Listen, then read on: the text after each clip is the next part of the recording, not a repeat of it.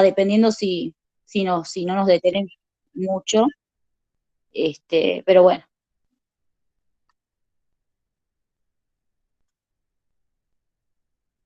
Bien, una cosa que sí quiero, chicos, que vean el video ese que les pasé de YouTube. Ahí yo más que nada porque yo les doy por separado las cosas, y en ese video yo les uní ventana terapéutica con la clasificación del riesgo sanitario, ¿sí? Así que bueno, ahí presento. Ya encontré, no encontraba la presentación.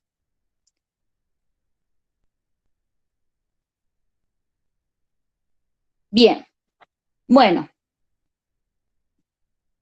¿Ven algo o no? Sí, ¿Sí? pero... Ah, sí, ahora sí. perfecto. Bueno, chicos, entonces hoy vamos a ver... ¿Cómo? ¿Alguien habló? Bueno, hoy vamos a ver formas de liberación modificada, que esto es como un intermedio entre cinesis y módulo introductorio, por eso lo doy ahora, y porque además el doctor Meuli sí lo pregunta, ¿bien? Ya les voy a decir de qué PDF van a estudiar formas de liberación modificada. Hay un PDF que es el que Meuli lo pasó una vez a mis exalumnos, entonces de ahí tienen que estudiar. Y bueno, vamos a ver también los conceptos básicos de cinesis. Comencemos. Primero que nada, antes de entrar a hablar de las formas de liberación modificada, tenemos que recordar una cosa, ¿sí? Cuando yo administro un fármaco al organismo, nosotros sabemos que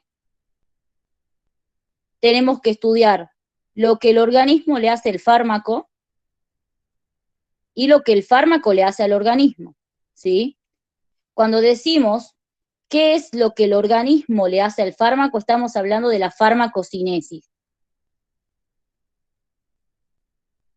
Bien, y la farmacocinesis, ya vamos a ver la definición larga, ¿no? Esto es como introducción. Y la farmacocinesis abarca los procesos de LADME, liberación, absorción, metabolismo y excreción. A su vez, metabolismo y excreción son formas de eliminación. ¿Sí? Entonces, como primera sigla nosotros tenemos la liberación. Bien, acá es importante saber que hay dos tipos de liberación. La liberación tradicional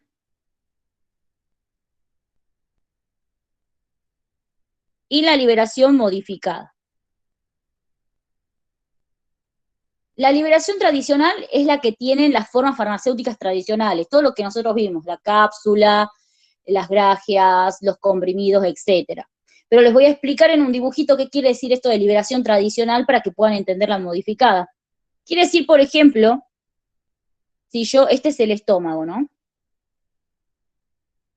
Si yo me tomo, qué sé yo, un comprimido de aspirina, por ejemplo, me tomo una aspirina, la aspirina cuando llega al estómago por medio del pH gástrico se desintegra, bien, se va desintegrando de a poco. Nunca, la desintegración nunca es de golpe, ya vamos a ver bien eso más adelante, pero se va desintegrando, ¿bien? Y eso que se va desintegrando, eso que va saliendo, esos puntitos negros, es el principio activo que queda en disolución con el jugo gástrico listo para absorberse, ¿bien? Y se empieza a absorber, la aspirina se absorbe en el estómago y en el intestino delgado, principalmente en el intestino delgado, pero se empieza a absorber. Ahora, eso es una liberación tradicional, o sea, que llegue el fármaco, el comprimido, mejor dicho, entre en contacto con el tubo digestivo, principalmente con el ácido del estómago, y se empiece a desintegrar, ¿bien? Y de esa forma empiece a estar disuelto, ¿bien? El principio activo y empiece a absorberse. Eso es una liberación tradicional, eso pasa con las formas farmacéuticas tradicionales. Pero yo tengo algunas formas farmacéuticas, ¿bien?, que me van a modificar esta liberación. Por ejemplo, hay algunas formas farmacéuticas que hacen que en lugar de que el comprimido se desintegre en el estómago, hacen que se desintegre en el intestino, o sea, evitan la desintegración en el estómago. Eso es una liberación modificada, por ejemplo. Hay otras formas farmacéuticas que hacen que el comprimido, por ejemplo, vaya liberando de a poco el principio activo y tengan una liberación sostenida, ¿bien? Entonces, según la forma farmacéutica, la liberación puede variar. ¿Cómo se clasifican entonces las formas de liberación modificada? ¿O qué son? ¿Qué quiere decir que yo tenga una forma farmacéutica de liberación modificada? Quiere decir que se realizaron modificaciones en la velocidad, el lugar y el momento de liberación, ¿bien? ¿Qué quiere decir esto? Que, por ejemplo, hago que en vez de que se desintegre rápido, se desintegre más lento, modifico la velocidad. Hago de que en vez de que el fármaco se libere en el estómago, se libere en el intestino, modifico el lugar, ¿bien? Hago que en vez de que se libere inmediatamente, se libere después de unas horas de haber sido administrado. Eso es el momento. Entonces, si les preguntan qué significa que una forma farmacéutica tenga una liberación modificada, quiere decir que se realizaron modificaciones en la velocidad, el lugar y el momento de liberación del principio activo o fármaco. Recuerden que esto es sinónimo. ¿Bien? Perfecto. ¿Cómo se clasifican? Se van a clasificar en formas de liberación retardada, sostenida, prolongada y acelerada. ¿Bien? A su vez, la sostenida y la prolongada entran dentro de algo que se llama formas de liberación controlada. ¿Sí? Si lo queremos pasar el limpio, me quedaría formas de liberación retardada, acelerada y controlada. Y dentro de las controladas, la sostenida y la prolongada. ¿Sí? Esa es la clasificación, acelerada, retardada, controlada. Y dentro de la controlada, sostenida y prolongada. ¿Bien? Vamos a la retardada primero. Nosotros nos referimos a una forma de liberación retardada cuando agarro, chicos, y el fármaco, acá es fármaco, no es medicamento, el fármaco es liberado en un momento distinto al de la administración, ¿bien? Aquí no se prolonga el efecto terapéutico. ¿Qué quiere decir esto? Yo les voy a dar un ejemplo para que ustedes puedan entender bien esta definición. Estos fármacos suelen tener cubierta entérica. ¿Alguien se acuerda qué hacía la cubierta entérica? Yo se los mencioné en una clase. A ver. Puede ser que protegía a los liposomas para que sean más resistentes. ¿A los liposomas? ¿O a quién? ¿Protege el principio activo? Bien, o sea, ¿qué forma farmacéutica tradicional puede tener cubierta entérica? Una cápsula. Las cápsulas. Bien, ¿no? Los gránulos de las cápsulas sólidas, bien, y los comprimidos también pueden tener cubierta entérica. Entonces no se olviden de eso. Cuando yo les hablaba de cubierta entérica, yo les decía, les voy a volver a explicar, ¿sí? Por si no se acuerdan, aquí está el estómago, bien. Cuando yo les hablo de que este va a ser mi comprimido, bien. Cuando yo les hablo de que el comprimido tiene cubierta entérica, que va a ser esto violeta, quiere decir que este comprimido está protegido para no desintegrarse, ¿bien? Para no desintegrarse en el estómago, ¿sí? Eso es la cubierta entérica. La cubierta entérica protege todo el comprimido para evitar la desintegración del mismo en el estómago. ¿Y por qué pasa esto? Porque hay algunos fármacos que son inestables en el medio ácido, como por ejemplo el omeprazol. ¿Alguien sabe para qué sirve el omeprazol? ¿Lo escucharon nombrar alguna vez? Para la gastritis. Bien, es un antiácido, bien, inhibe las bombas de protones. El problema con el omeprazol es que justamente es inestable en el medio ácido. Si yo, por ejemplo, administro un comprimido de omeprazol, ¿sí? Y este comprimido de omeprazol no tiene la cubierta entérica. Cuando se empiece a desintegrar el comprimido, cuando se empieza a desintegrar, el principio activo que está contenido en estos puntitos azules se va a inactivar, ¿bien? Y si se inactiva, obviamente no hay efecto farmacológico. Entonces, para evitarnos esta inactivación o para protegerlo al omeprazol de toda esta acidez que hay acá en el estómago, ¿sí? Porque como les dije es inestable en el pH ácido, los comprimidos de omeprazol vienen con cubierta entérica, ¿bien? ¿Y qué es lo que hacen? Hacen que el omeprazol, en lugar de liberarse en el estómago, se libere ¿en dónde? En el intestino delgado, ¿sí? Porque la cubierta entérica está diseñada para que se pueda desintegrar en el intestino, por eso se llama cubierta entérica, ¿sí? Esta cubierta está diseñada para que se desintegre en el intestino y no en el estómago.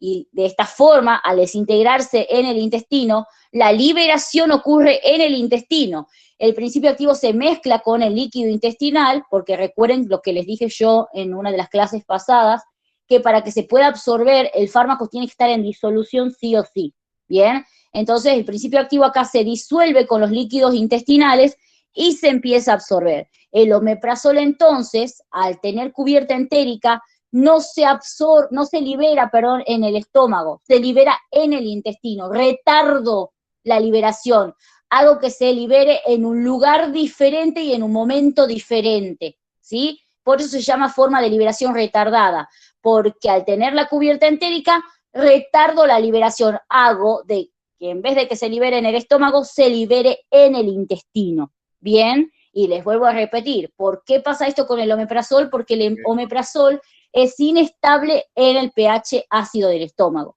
Y si yo no lo administrara con la cubierta entérica, la liberación ocurriría primero en el estómago, porque es lo que está primero en el tubo digestivo. Bien, eso es lo que pasa en las formas de liberación tradicional. En la liberación tradicional primero se libera en el estómago, sí o sí. Y después también hay como, ya vamos a ver más adelante, pero también hay como una participación del intestino. Pero en las formas de liberación tradicional se liberan primero en el estómago. Bueno, si yo quiero modificar el momento y el lugar de la liberación, es decir, si yo quiero hacer que en vez de que se libere primero en el estómago, se libere directamente en el intestino, estoy utilizando una forma de liberación retardada, ¿sí? Y miren lo que nos dice acá. El fármaco es liberado en un momento distinto al de la administración, pero no se prolonga el efecto terapéutico. Es decir, acá lo que le está queriendo decir es que al permitir que se absorba directamente en el intestino, que se libere, directamente en el intestino y que se absorba ahí, por ende, no va a modificar, no va a prolongar, no te lo va a alargar al efecto terapéutico, ¿bien? Eso quiere decir, porque hay otras formas de liberación que sí te lo alargan al efecto, ya vamos a ver cuáles son, ¿bien? Entonces, acá les puse cuáles son los objetivos de la cubierta entérica. Pueden tener dos objetivos, proteger al estómago, porque hay muchos fármacos que tienen alguna acción lesiva, bien, por ejemplo el diclofenac. El diclofenac es un AINE, chicos, bien, es un AINE. Y como todo AINE, son gastrolesivos. Bien. Acá esto suele preguntarme, Euli, así que yo les voy a contar, es de fármaco especial, pero bueno, porque los AINES inhiben la ciclooxigenasa tipo 1. Y esta ciclooxigenasa tipo 1 es una ciclooxigenasa que en el estómago actúa como mucoprotectora, ¿bien? Actúa como protectora del estómago, de la mucosa, ¿sí? Al inhibir esta COX-2, se inhibe esta protección, y por eso es que todos los AINES son gastrolesivos. Eso Meuli sí lo pregunta, y lo pregunta en farmacobásica, ¿bien? Sobre todo les pregunta de la aspirina. La aspirina, el ibuprofeno, el diclofenac, son AINES todos, y todos tienen cierta gastrolesividad, principalmente si se usan en un periodo prolongado de tiempo. Por eso yo siempre les digo que, por ejemplo, les daba el ejemplo ese de que cada vez que salía de entrenar, el entrenador de un gimnasio al que yo iba decía que siempre se tomen un ibuprofeno, y eso está mal, ¿bien? Así que eso es importante. Entonces, miren cómo la cubierta entérica me puede proteger o al estómago o al principio activo. En el caso del diclofenac, bien, vienen con cubierta entérica, pero para protegerme al estómago. En cambio, tenemos la contrapartida, el caso del omeprazol, en donde aquí la finalidad de la cubierta entérica es proteger al fármaco del medio ácido, ¿bien? Y en este caso tenemos los inhibidores de la bomba de protón, o sea, el omeprazol, ¿bien? No sé si tienen alguna duda con esto, con la primera forma de liberación. Ahí tienen dos ejemplos, omeprazol y diclofenac. No, Flor. ¿Ninguna duda?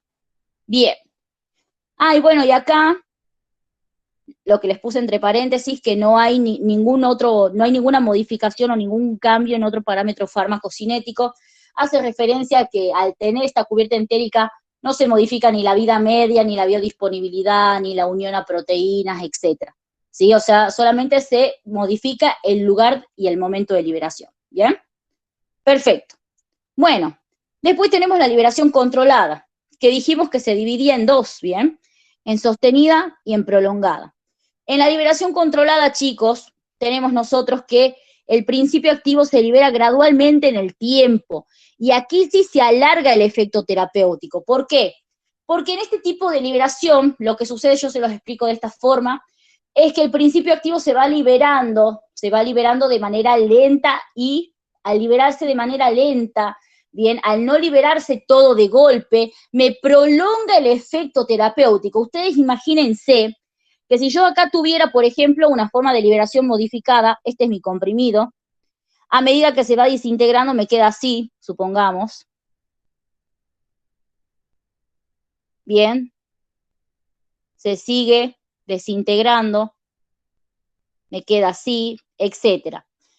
Esto obviamente me genera fluctuaciones a nivel plasmático. ¿Qué quiere decir fluctuaciones? Yo les dije también en algún momento, me acuerdo, que me genera que siempre vamos a ver cuando estudiemos las curvas de cinesis, pero siempre hay un pico plasmático, siempre hay un momento en el cual se alcanza la máxima concentración, ¿bien? Entonces, este tipo de liberación, que esta es la tradicional, ¿sí? Me genera que haya así, que venga, estas son las concentraciones, que se mantengan estables, haya un pico y después vayan decayendo, ¿bien? Eso es lo que pasa normalmente, y se vuelven a levantar cuando vuelvo a administrar otra dosis, alcanzan su pico, van cayendo, ¿sí? Eso es una cosa que por ahí nos genera reacciones adversas. El hecho de que haya un pico plasmático muchas veces está bueno, ¿para qué? Para que yo tenga un buen efecto, pero además de tener un buen efecto, muchas veces el pico plasmático viene acompañado de reacciones adversas, ¿sí? Y muchas veces esas reacciones adversas no son bien toleradas, entonces yo las quiero reducir. Esa es una de las razones por las cuales esta forma de liberación está tan buena. Y la segunda es porque me mantiene niveles estables en sangre, me mantiene niveles estables y me prolonga el efecto terapéutico, como les digo. En la forma de liberación tradicional, por lo general, la liberación, supongamos que dura, yo les tiro por tirar porque depende mucho de la técnica de elaboración, ¿no? Pero supongamos que la liberación dura 30 minutos, ¿bien? Dura 30 minutos hasta que se completa la absorción, supongamos que tenemos una hora, ¿sí? Y obviamente, si se liberó en 30 minutos y se absorbió, y pasó una hora y recién ya se absorbió por completo, ¿sí? Y después ya comienza a eliminarse, obviamente que yo voy a tener niveles bajitos, ¿bien? En sangre, después van a subir, después van a volver a caer. Cuando vuelvo a administrar otra dosis más, esto en la primera dosis, vuelvo a administrar otra dosis, lo mismo, y así sucesivamente, ¿sí? Y esto me genera que haya momentos que tenga un efecto importante, además me genera que el efecto terapéutico dure esto solamente, ¿sí? O sea, para que yo vuelva a tener efecto terapéutico tengo que volver a administrar otra dosis. En cambio, con estas formas de liberación yo no necesito administrar ninguna otra dosis. ¿Por qué? Porque la forma de liberación es constante, entonces yo voy a tener esto por un largo tiempo, ¿bien? Para que se pueda comprender mejor les voy a explicar. Primero vamos con la liberación sostenida. Cuando hablo de una liberación sostenida, estoy hablando de que el principio activo se libera a una velocidad constante, ¿bien? O sea, siempre se está liberando la misma cantidad. Eso quiere decir, todo el tiempo se libera la misma cantidad del principio activo y se libera siempre en el mismo intervalo de tiempo, ¿bien? Supongamos que se libere, qué sé yo, cada media hora. Cada media hora se va liberando la misma cantidad de principio activo. Y esto tiene como objetivo que la absorción sea constante y que se reduzcan las fluctuaciones del plasma, que es esto, eso es una fluctuación, ¿bien? Entonces, en la liberación sostenida tenemos como ejemplo el sistema OROS, ¿bien? El sistema OROS que ustedes ya lo tienen que haber visto porque eso es de la clase pasada. El sistema OROS ustedes ya saben que son unos comprimidos, bien, que tienen una membrana porada, por donde ingresa líquido, bien, aumenta la presión hidrostática y de ahí se va liberando el líquido que entró, pero sale ya con el principio activo. Bueno, esto no me voy a detener acá porque ya lo vimos. ¿Y qué pasa? Yo les había dicho que el sistema OROS permite que se vaya liberando, bien, el principio activo a una velocidad constante. Esto quiere decir que de este lado, este es mi sitio de absorción, chicos. Supongamos que sea la mucosa, bien, del intestino delgado. Este es mi sitio de absorción. De este lado de la mucosa, digamos, de este lado del sitio de absorción, hay siempre la misma cantidad. Siempre la misma cantidad. ¿Por qué? Porque siempre se está liberando la misma cantidad. No es como acá, que yo les decía que, miren, si esta fuera mi mucosa, ¿sí? Si este fuera mi sitio de absorción, acá lo voy a volver a hacer, la cantidad que hay, ¿sí? La cantidad que hay de principio activo del lado de la luz del tubo digestivo, por ejemplo, acá va variando. ¿Por qué? Porque depende de la cantidad que me vaya quedando acá, ¿sí? En cambio, acá la cantidad es siempre la misma. Esto hace que la absorción sea constante. Cuando la cantidad de principio activo que está disponible en su sitio de absorción es siempre la misma, la absorción es constante. Esto se llama cinética de absorción de orden 1. ¿Sí? De orden 0, perdón. Cinética de absorción de orden 0. Cinética de absorción de orden 0 es cuando la velocidad de absorción es constante. Cuando la cantidad de absorción también es constante, pero para que la cantidad y la velocidad de absorción sean constantes, la liberación tiene que ser constante también, ¿sí? Entonces, ¿quiénes entran acá? El sistema OROS. Quiero que uno de ustedes me diga un ejemplo de sistema OROS, un fármaco que se administre con este dispositivo farmacéutico, con esta nueva forma farmacéutica. A ver. ¿Nifedipina puede ser? Bien, ¿y qué es la nifedipina? Un antihipertensivo. Que se usa, pero ¿cuál es el mecanismo de acción? Que les dije yo. ¿Antagonizaba qué canales? Antagoniza los canales de calcio. Bien, De calcio. perfecto. Así como yo les pregunto, perfecto, muy bien. Así les preguntan en el final. Recuerden que cada ejemplo que den ustedes tienen que saber de qué están hablando, ¿sí? Muy bien, chicos. Bueno, entonces, esa es la liberación sostenida. Pero ahora tenemos la liberación prolongada. Cuando yo hablo de liberación prolongada, acá les comento que el sistema OROS se puede llamar también GITS, ¿sí? Sistema osmótico gastrointestinal, ¿bien? Bueno, eso es como una data por las dudas, en el final les digan, hábleme de GITS, y ustedes no queden así en la nada, ¿sí? Se llaman igual. En el programa figura sistema OROS o GITS, ¿bien? Por las dudas. Bueno, después tenemos las formas de acción prolongada. Cuando hablamos de sistema de liberación prolongada, aquí tenemos que saber que la liberación del fármaco no se produce a velocidad constante. Esa es la principal diferencia con el anterior, ¿bien? Al principio se libera, por ejemplo, en una cantidad suficiente para producir su efecto. Y después ya se libera de forma más lenta. Esto tiene un objetivo, chicos. Miren. El objetivo de esto es que al principio se liberan más rápido, por ejemplo, para revertir alguna sintomatología o algún cuadro clínico, ¿bien? Pero después, cuando se logró revertir la sintomatología o el cuadro clínico, se empiezan a liberar más lento. ¿Y esto lo hacen para qué? Como mantenimiento,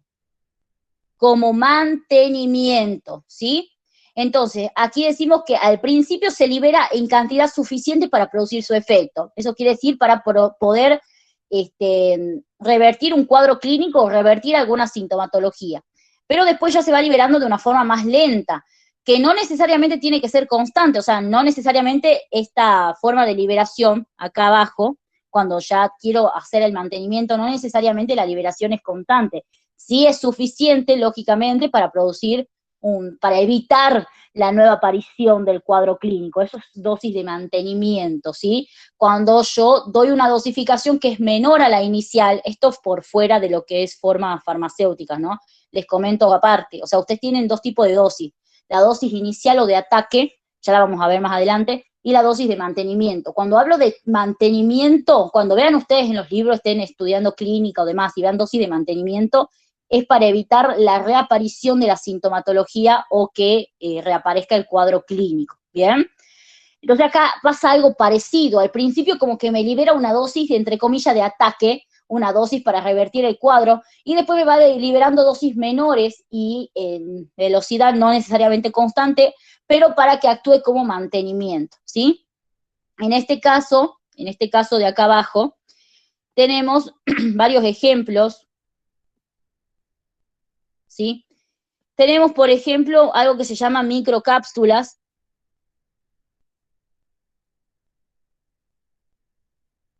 ¿sí?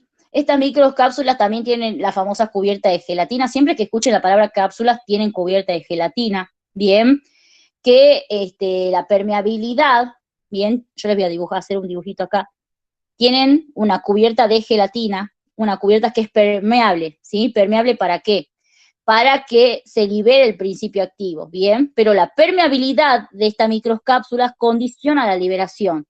¿Qué quiere decir esto? Que hace que se liberen al principio una buena cantidad para revertir el efecto y después ya se vayan liberando en menor cantidad, ¿sí? O sea, estas microcápsulas están diseñadas para esto, para que se cumpla esto que está acá, ¿bien? Microcápsulas, ¿sí? Pero acá el mejor ejemplo para dar es el parche, ¿sí? ¿Se acuerdan de los parches? ¿No? Lo vieron, ese está en el nuevo dispositivo. Y recuerden que no es negociable. Los parches hacen esto. Hay algunos parches, por ejemplo, qué sé yo, vienen parches de insulina, ¿sí? Bueno, los parches de insulina al principio, o sea, hay diferentes tipos de parches, no nos vamos a detener en eso, pero hay algunos que son pura y exclusivamente para mantenimiento, y hay otros que te liberan al principio una buena cantidad, tanto los parches hormonales también, para tratar de revertir la sintomatología o de producir su efecto farmacológico, ¿bien? Y las dosis siguientes del parche, las dosis siguientes que son liberadas en el parche, ¿sí? Son dosis menores. ¿Para qué? Les voy a decir en palabras no farmacológicas, para tratar de estirar lo más posible la cantidad de fármaco que queda dentro del parche. ¿Qué quiere decir esto? Que si yo liberara todo de golpe, ¿bien? El efecto terapéutico sería cortito. En cambio, si yo trato de estirar, ¿cómo hago yo, por ejemplo, no sé, si quiero llegar a fin de mes y no me quiero quedar sin dinero? Bueno, lo que hago es estiro lo más que puedo de la plata. ¿Y cómo hago eso? Gastando de a poquito. Bien, acá pasa algo parecido. Acá se trata de gastar, entre comillas, la menor cantidad de fármaco posible. Es decir, se trata de liberar la menor cantidad de fármaco posible. ¿Para qué? Para tratar de prolongar el efecto, para que dure los 15 días, por ejemplo, que dura el parche hormonal, ¿sí? Los 15 días que dura, bueno, hay algunos parches hormonales que duran 15 días. Bueno, los 15 días que duran, yo al principio voy a tener una liberación que me pueda producir, que sea suficiente para producirme el efecto farmacológico, ¿sí? Por ejemplo, si es un parche anovulatorio, supongamos, bueno, al principio me produce, se libera la cantidad necesaria para producir esta anovulación, ¿bien? Pero después yo lo que quiero es mantener ¿sí? Mantener esta anovulación, ¿bien? ¿Y cómo hago? Bueno, agarro y estiro lo más que puedo el principio activo. Entonces, al principio se libera una buena cantidad para tratar de producir la anovulación, y después se va liberando a dosis o de a cantidades, mejor dicho, más chiquititas. ¿Para qué? Para mantener esa anovulación, ¿sí? Para mantenerlo como mantenimiento y para hacer que el efecto farmacológico, bien, dure esos 15 días, por ejemplo, que el paciente tenga puesto el parche, ¿sí? Entonces, esto tiene una ventaja, que ya se imaginarán que no es lo mismo tener un parche, ¿sí? Que tomar los anticonceptivos orales. En los anticonceptivos orales hay más falta de adherencia al tratamiento, porque son todos los días, y usted imagínense que las pacientes por ahí se olvidan, ¿sí? Son cosas que pasan. En cambio, el parche te ahorra esto, hace qué cosa, que vos no tengas que estar tomando una píldora de anticonceptivo todos los días, por ejemplo. O sea, te mejora la adherencia al tratamiento porque vos no tenés, cierto, tengo que tomar. No, ya se está liberando solo. Y eso tiene un programa diseñado, o sea, el parche está diseñado para que se libere así, de manera constante, pero justamente, a ver, usted imagínense que por ahí leía yo, me encanta chismorrotear cosas en Facebook, y leía que algunas decían que los parches es como una bomba, un bombardeo hormonal, algo así había leído. En teoría sí, porque, o sea, se está liberando de manera prolongada, tiene una liberación prolongada, pero no es una bomba importante. ¿Por qué? Porque justo como les digo, lo que hace el parche primero es liberarte una buena cantidad para producir, por ejemplo, si es un anovulatorio, la anovulación, para inhibir la ovulación, ¿bien? Y la cantidad que se va liberando después no puede ser igual de alta que la primera, porque tendremos un montón de reacciones adversas, que de por sí ya tienen muchas RAMs, los parches hormonales. Serían mucho mayores las RAMs si se liberara todo el tiempo la misma cantidad que al principio. Entonces, para evitarnos que hayan reacciones adversas importantes o más de las que ya hay, recuerden que cada organismo reacciona diferente, y también para tratar de prolongar esta inhibición de la ovulación, al principio se libera una buena cantidad y después se va liberando más en menor cantidad, ¿sí? Entonces, eso es dicho así en términos no farmacológicos. Al principio se libera una gran cantidad para producir el efecto, y después para mantener ese efecto no es necesario que tenga la misma cantidad que al principio, pero sí necesito que se vaya liberando de manera constante, ¿bien? Para que se siga inhibiendo la ovulación y para que también el efecto dure lo que dure el parche puesto, ¿bien? Y esto, como les digo, me mejora la adherencia al tratamiento. Está claro, la liberación controlada, entonces, recuerden, sostenida y prolongada. La diferencia entre ambas es que la sostenida, la velocidad es constante. En la prolongada, la velocidad no necesariamente tiene que ser constante, ¿sí? En la sostenida se libera siempre la misma cantidad.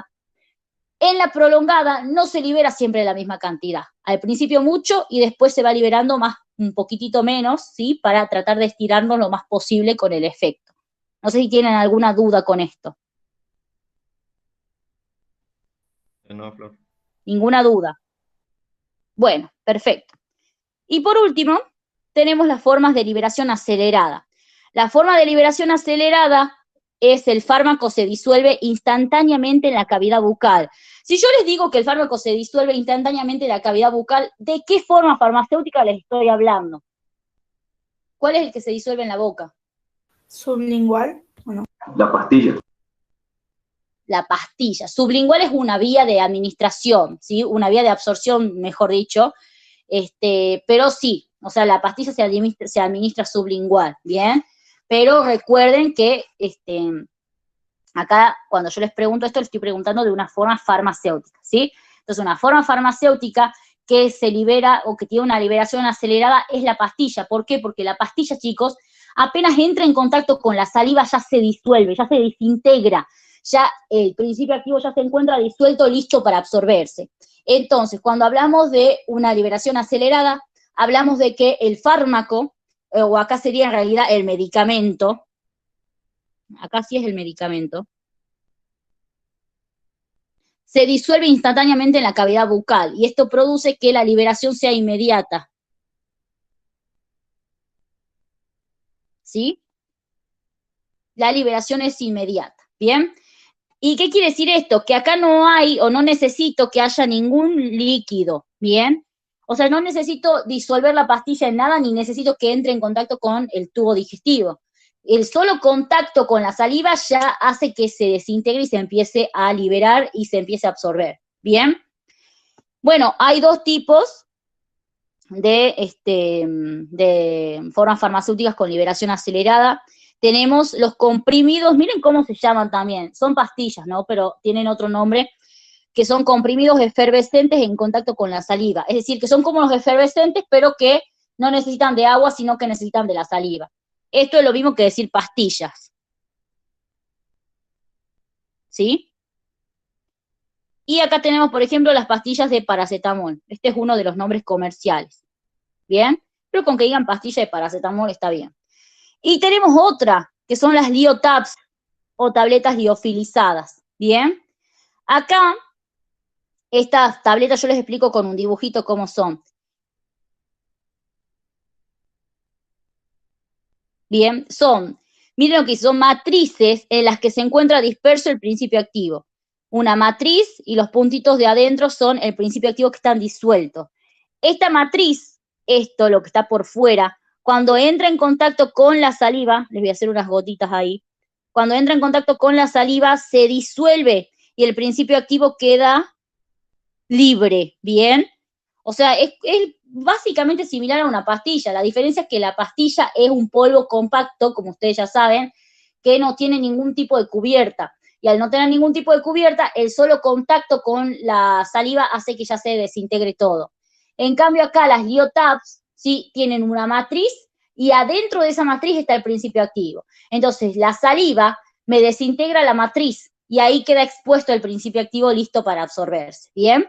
De Liotabs, solamente no les pongo ningún ejemplo porque no hay ningún ejemplo en el PDF de Meuli, por ejemplo, que, bueno, ustedes saben que lo tienen que estudiar de ahí a este tema porque es un tema agregado, un tema nuevo, no está en el programa, ¿sí?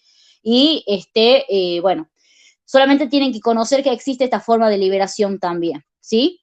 No sé si tienen alguna duda con las formas de liberación que vimos. No, Flor, todo bien. Perfecto. ¿Los demás? Todo bien, Flor. Todo bien, Flor. Chicos, si me desmayo en plena clase, si dejo de hablar es porque estoy para el desmayo. Bueno, escuchen. Bueno, ahora, ¿cuáles son las ventajas de la forma de liberación modificada? Primero que nada, hay fármacos que tienen una ventana terapéutica muy estrecha. Si ustedes vieron el video que yo les pasé de YouTube, igual hoy lo voy a explicar de nuevo a eso, pero si ya lo vieron, algunos por curiosidad, ventana terapéutica muy estrecha, yo se los resumo rápido. Quiere decir que si yo me llego a pasar del rango de dosis, el rango de dosis quiere decir que yo, por ejemplo, puedo administrar de 20 a 60 miligramos, ¿bien? Si yo me llego a pasar de los 60 miligramos, ¿sí? Puedo tener reacciones adversas graves. Y esto pasaría, eso es un ejemplo, ¿no? Pero pasaría, por ejemplo, con el litio. El litio es un antipsicótico, ¿bien? Bueno, acá para que no se olviden, el padre de Britney, ¿sí? Le da litio a Britney sin prescripción médica. Y el litio, de Britney Spears, y el litio, tiene reacciones adversas a nivel psicológico también, ¿no? O sea, es un antipsicótico, pero un antipsicótico fuertísimo, chicos, o sea, es para psicosis importantes, ¿bien? Yo no entiendo por qué el padre de Britney le da eso. Creo que lo hace como para justificar que ella tiene un problema mental grave y no le quiten la tutela, supongo que es para eso, pero les tiro ese ejemplo para que ustedes se vayan acordando. El litio es un antipsicótico, sí, pero es un antipsicótico muy fuerte y es sumamente, o sea, tiene una ventana terapéutica chiquitísima, pero muy chiquita, o sea, cuando les digo que tiene una ventana terapéutica chiquita, les quiero decir que el rango de dosis que se puede utilizar es muy chiquito, ¿bien? Ya vamos a ver eso más abajo. Entonces, ¿cuál es la ventaja acá? Que yo, con una forma de liberación tradicional, ¿sí? Tranquilamente puedo tener una sobredosis. Forma de liberación tradicional. Tranquilamente puedo tener una sobredosis, por ejemplo, o no solamente eso, sino que además puedo tener picos plasmáticos importantes. Y yo, ¿qué les dije? Que con el pico plasmático pasaban dos cosas. se obtenía un buen efecto terapéutico, pero además se obtenían RAMs importantes. Y en los fármacos que son poco seguros, como lo es el litio, cada pico plasmático, bien, significa una RAM importante, bien.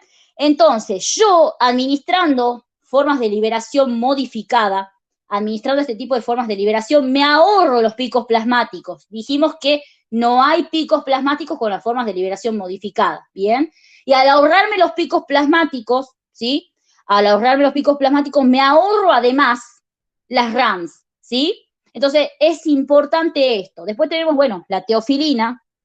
La teofilina es un fármaco que se utiliza mucho para patologías respiratorias, como por ejemplo las bronquitis crónicas, el asma, ¿sí? O sea, es un fármaco para, ¿cómo se llama? Para patologías respiratorias, y también tiene una ventana terapéutica muy estrecha, ¿sí? O sea que se pueden usar pocas dosis, no se pueden usar dosis muy altas, ¿bien?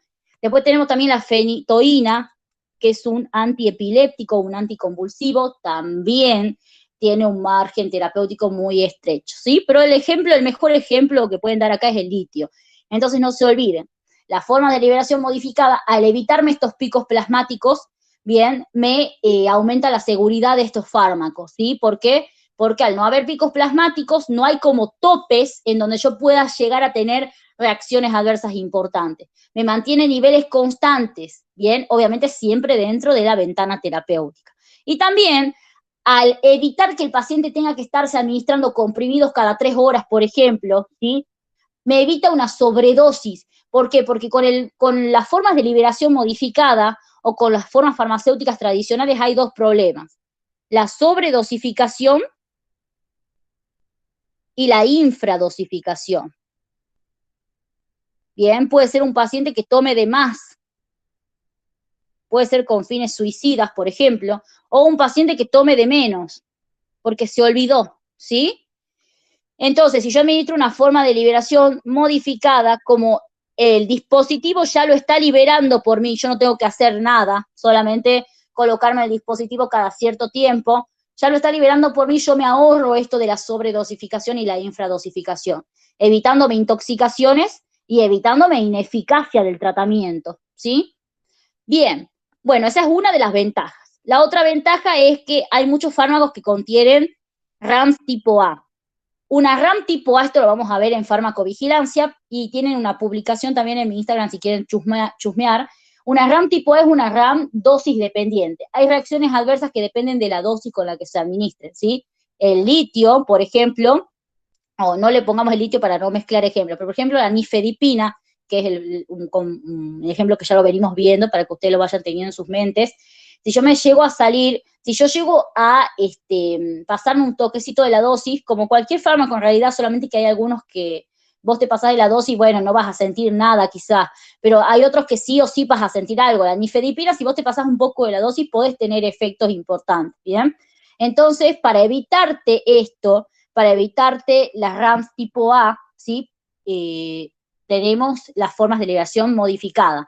¿Y por qué te las evita? Por lo mismo que dijimos arriba, ¿sí? Porque las RAM tipo A, como son dosis dependientes, aparecen si yo tomo dosis elevadas, por ejemplo, ¿bien? Entonces, al haber un dispositivo que me esté liberando de manera prolongada, supongamos, o de manera controlada el principio activo, al evitarme que yo tenga que estar tomando comprimidos cada 3 horas, cada 4 horas, yo me ahorro el riesgo de tomar un poco de más y que aparezcan RAMs tipo A, ¿sí? En este caso, tenemos la nifedipina, que ya saben que se usa para la hipertensión arterial, por ejemplo, se usa como vasodilatador, y el verapamilo, que es un antiarrítmico, ¿sí? Bien, bueno, después tenemos acá, también hay fármacos que tienen una duración muy cortita de los efectos, ¿bien? Y vieron que nosotros dijimos arriba que estas formas de liberación modificada me pueden prolongar el efecto terapéutico estirándomelo al principio activo. Bueno, me sirven para eso también. Como por ejemplo la morfina y el tramadol, son dos opioides, ¿sí? Tanto la morfina y el tramadol son opioides, y se usan para muchas cosas, para el dolor, para patologías gastrointestinales, etcétera, ¿sí? Y bueno, también hay fármacos que presentan tolerancia con niveles plasmáticos fijos, ¿sí? Acá, en esto se lo van a estudiar de memoria porque tolerancia es todo un tema larguísimo de una sola clase. Pero básicamente les digo que hay veces que las formas de liberación modificada, la forma de liberación tradicional, perdón, el hecho de estar tomándome comprimidos todo el tiempo, ¿sí? Y me va a generar resistencia al propio fármaco, ¿bien? Las formas de liberación modificada pueden influir en esta tolerancia, o sea, pueden, evitar que aparezca esta resistencia. Si ustedes leen tolerancia, que se les venga a la mente una resistencia al fármaco. El paciente se va volviendo resistente al fármaco, ¿sí? Y esto es porque los pacientes, por ejemplo, toman morfina, la morfina remil genera tolerancia, chicos, y por eso genera adicción. Por ejemplo, la morfina, ustedes imagínense que el paciente tenga que tomar, qué sé yo, un comprimido o 2 comprimidos por día, ¿bien? Y muchos pacientes a veces toman de más, porque la morfina se da para dolores, para un dolor crónico, un dolor neuropático, y muchas veces los pacientes no sienten nada o quizá quieran tomar de más para que se les vaya más rápido el dolor. Ustedes imagínense que la están pasando re mal, ¿sí? Entonces, ¿qué pasa? Si yo tomo mucho de golpe y tomo mucho todos los días, tiene más riesgos aún de generarme tolerancia. Entonces, si yo me administro una forma de liberación modificada en donde el paciente no tenga el control de lo que se va a tomar, ¿sí? O sea, que el dispositivo lo libere solito, yo me puedo evitar que se alcancen niveles plasmáticos como para producirme esta resistencia, ¿bien? Pero bueno, si no lo comprenden ahora, lo van a comprender más adelante porque, como les digo, tolerancia es todo un tema y, bueno, requiere de una clase completa, básicamente, ¿sí? Pero bueno, quiero saber si están entendidas las ventajas. Sí, Flor. Sí, Flor. Bien, Sí, Flor. perfecto. Bueno, ahora sí, una vez que ya vimos las formas de liberación modificada, eso lo van a estudiar o lo van a leer del PDF que yo les voy a decir, ¿sí? Ahora sí ya entramos en farmacocinesis. Primero la definición, chicos, la definición es esta. Esta es la definición que tienen que saber, ¿sí? Cuando hablamos de farmacocinesis, ustedes ya saben que, así en palabras cortitas, es lo que el organismo le hace al fármaco, es decir, qué modificaciones va sufriendo el fármaco a medida que va recorriendo por el organismo. Y decimos que es la rama de la farmacología que estudia el movimiento de los fármacos. Farmacocinesis. Fármaco, cualquiera marque. Farmacocinesis. Cinesis, movimiento, fármaco, de fármaco. Estudia el movimiento de los fármacos en el organismo, que implica los procesos de liberación, absorción, distribución, metabolismo y excreción.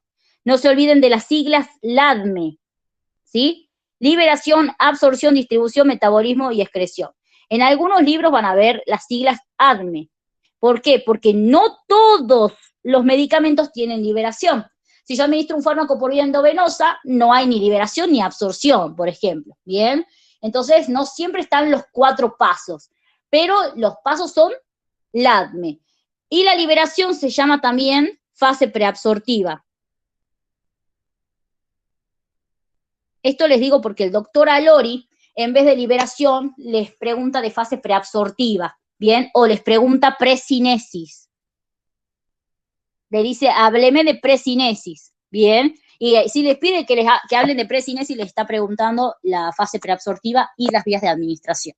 Eso como data porque por ahí los doctores preguntan cosas de formas diferentes y uno entra en pánico, ¿sí? Bien. Bueno, entonces, chicos, ¿qué pasa acá?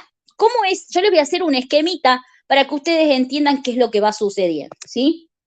Les voy a hacer acá, no en 0 dibujo, pero bueno, para que ustedes puedan entender. Este cuadradito, ¿sí? Va a ser, por ejemplo, el intestino, ¿sí?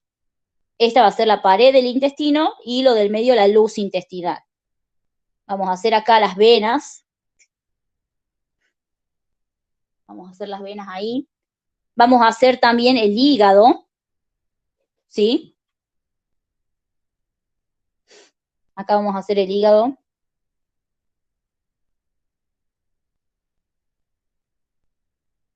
Bueno, esa va a ser la vena cava inferior. Vamos a hacer el corazón, ¿sí? 0 anatómico, pero es más que nada para que entiendan, ¿sí? Acá nos vamos a ahorrar un par de vasos sanguíneos y vamos a sacar la aorta directamente. Y acá vamos a hacer otro cuadradito que van a ser los tejidos, van a representar a los tejidos. Entonces, ¿qué pasa en la farmacocinesis? ¿Sí? Acá vamos a hacer una carita de perfil. Ahí está. Yo les juro, chicos, que sí sé dibujar, pero no sé por qué cuando tengo que dar una clase dibujo horrible. Bueno, entonces, ¿qué pasa acá? Hagamos todo el recorrido para que ustedes entiendan qué es esto de la farmacocinesis, ¿bien? Acá voy a hacer del corazón, ¿sí? De la aorta voy a hacer un vaso sanguíneo que va hacia el hígado de nuevo, ¿sí? Bien. Bueno, entonces, ¿qué pasa? Yo me tomo un comprimido de ibuprofeno, por ejemplo, ¿sí? Me tomo el comprimido de ibuprofeno, está pasando por el esófago, el estómago y llega al intestino. En el intestino, supongamos que se disuelva acá, ¿sí? En el intestino se empieza, o en el estómago, le pongamos estómago para que sea más realista. Estómago. Bien. En el estómago comienza, ¿qué cosa? A desintegrarse por el mismo pH que hay. El pH me desintegra a la cubierta, salvo que sea una cubierta entérica, lógicamente, me empieza a desintegrar la cubierta y empieza el proceso de liberación. Entonces, el primer paso es la liberación. ¿Por qué? Porque el principio activo viene dentro de su forma farmacéutica, porque eso es un medicamento. El fármaco o el principio activo más su forma farmacéutica. Para que el principio activo pueda absorberse, chicos, necesita liberarse. No se puede absorber con su forma farmacéutica, ¿bien? Entonces, lo primero que ocurre es la liberación. El principio activo tiene que salir de su forma farmacéutica, ¿bien? Una vez que se liberó de su forma farmacéutica, el principio activo entra en contacto con las mucosas, bien, con la mucosa del intestino delgado, e inicia el proceso de absorción.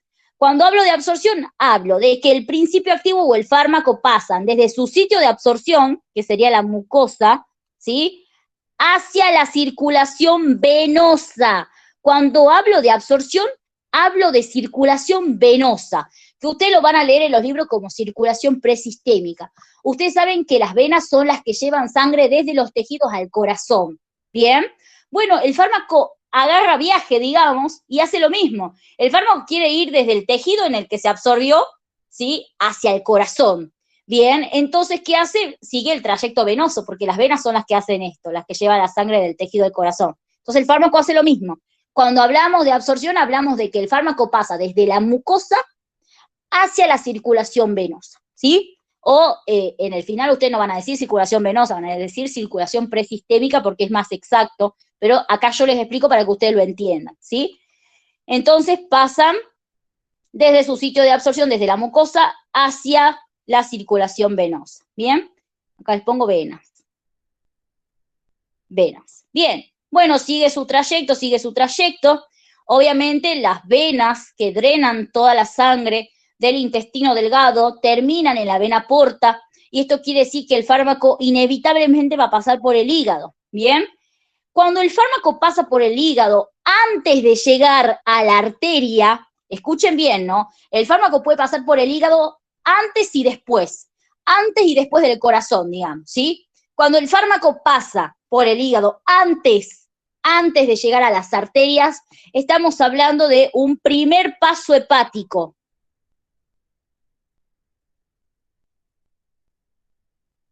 ¿Qué quiere decir esto? Que aquí, cuando el fármaco desde su circulación venosa, todavía no llegó al corazón, ¿no? Desde su circulación venosa el fármaco puede pasar por el hígado y dependiendo si es liposoluble o hidrosoluble puede sufrir primer paso hepático. ¿Qué quiere decir? Que durante todo este trayecto, chicos, o sea, mientras el fármaco, cuando el fármaco, pase por el hígado antes de llegar al corazón, puede sufrir metabolismo. Esto ahora no nos interesa. Yo les comento nada más que hay algunos fármacos que cuando pasan, digamos, por el hígado antes de llegar al corazón, pueden sufrir un primer paso hepático, ¿sí? Eso como data, pero hagamos de cuenta que no sufre, para no hacernos un lío. Eso lo vamos a ver después, obviamente, ¿sí? Entonces, hagamos de cuenta que no sufre. Pasa por el hígado, genial. Sale del hígado por la vena cava, llega al corazón, digamos, por la vena cava inferior, acá sigue su trayecto. Bueno, acá ya saben, aurícula derecha, ¿sí? Pasa al ventrículo derecho, del ventrículo derecho pasa a la arteria pulmonar, pasa a los pulmones, de los pulmones sale por las venas pulmonares y ahí sí llega al corazón izquierdo. Yo me salté toda esa parte porque ahora no nos interesa, ¿sí? Llega al corazón izquierdo. Cuando el fármaco llega al corazón izquierdo, cuando llega a la aurícula izquierda, bien, después llega al ventrículo izquierdo, estamos hablando de que ya está por iniciar el proceso de distribución, ¿sí? De distribución. Para que no se les haga un lío, ustedes piénsenlo así. Circulación venosa, absorción, circulación arterial, distribución. ¿Bien? O sacando la arteria pulmonar, obviamente. Circulación venosa, absorción, circulación arterial, distribución. Entonces, acá les pongo absorción, liberación, absorción, la distribución arranca cuando el fármaco está listo para eyectarse hacia todos los tejidos, porque eso es la distribución, que el fármaco se distribuye al resto del organismo.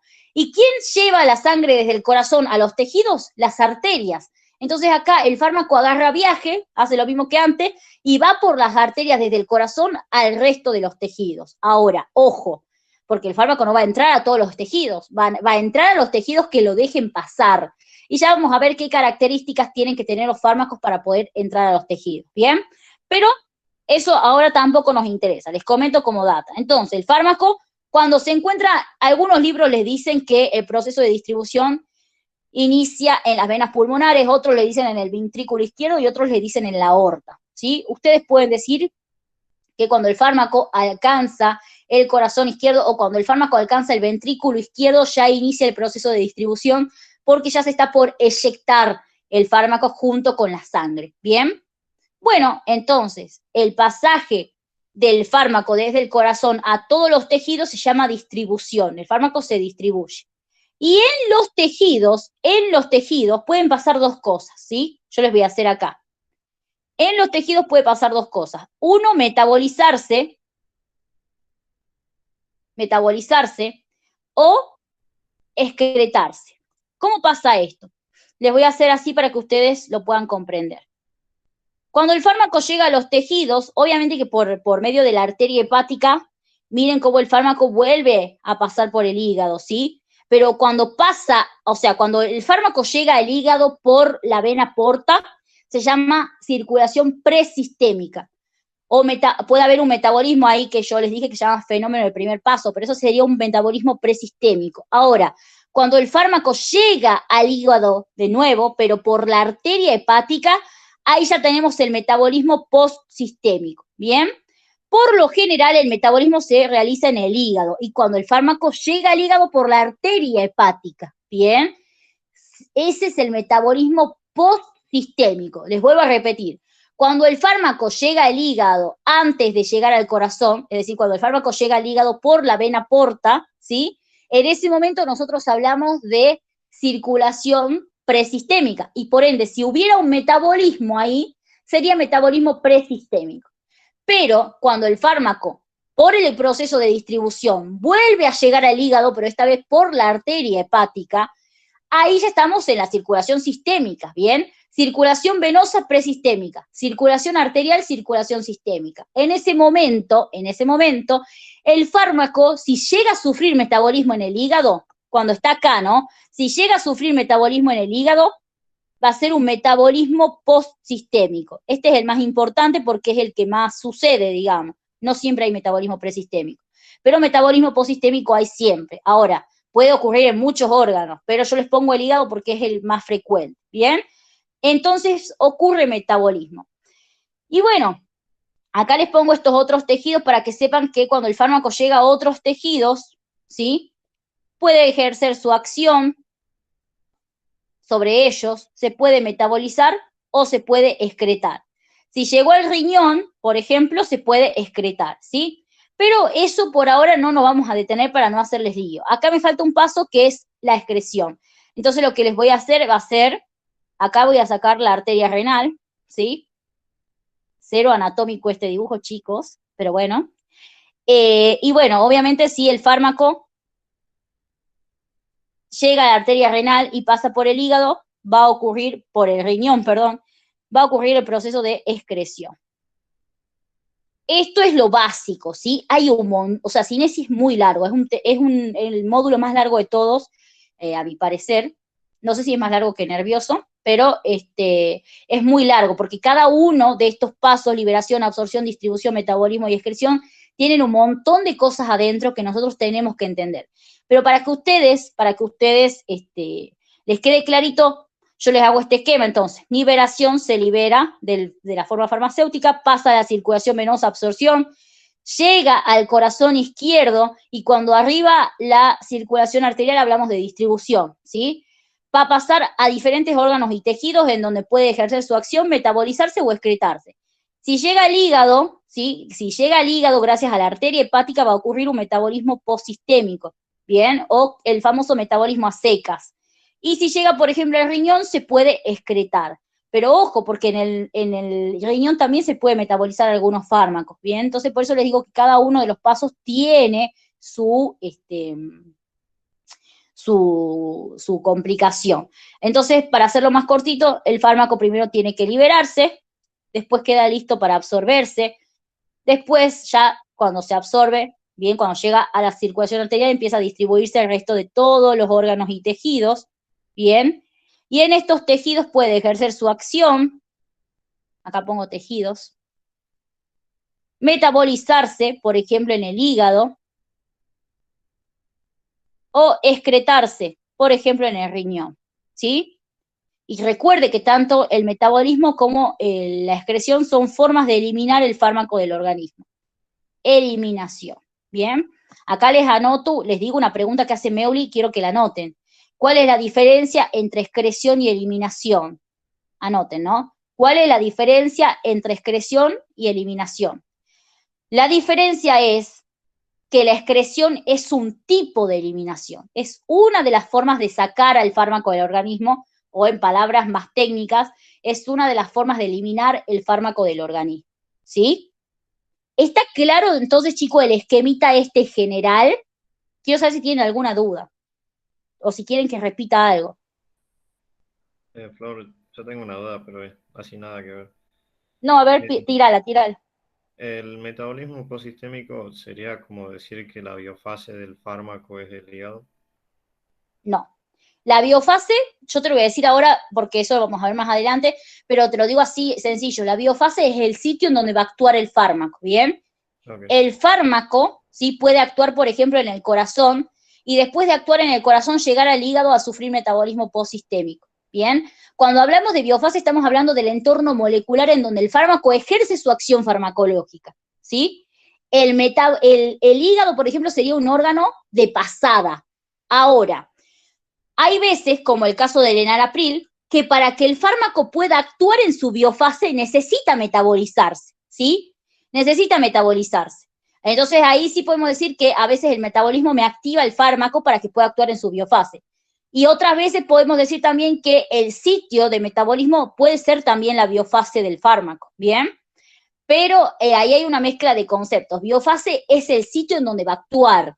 Y cuando yo hablo de el órgano de metabolismo, es el sitio donde el fármaco se va a metabolizar, que no necesariamente tienen que ser los mismos, ¿bien? No sé si te quedó claro. Sí, gracias. Bien, ¿alguna otra duda?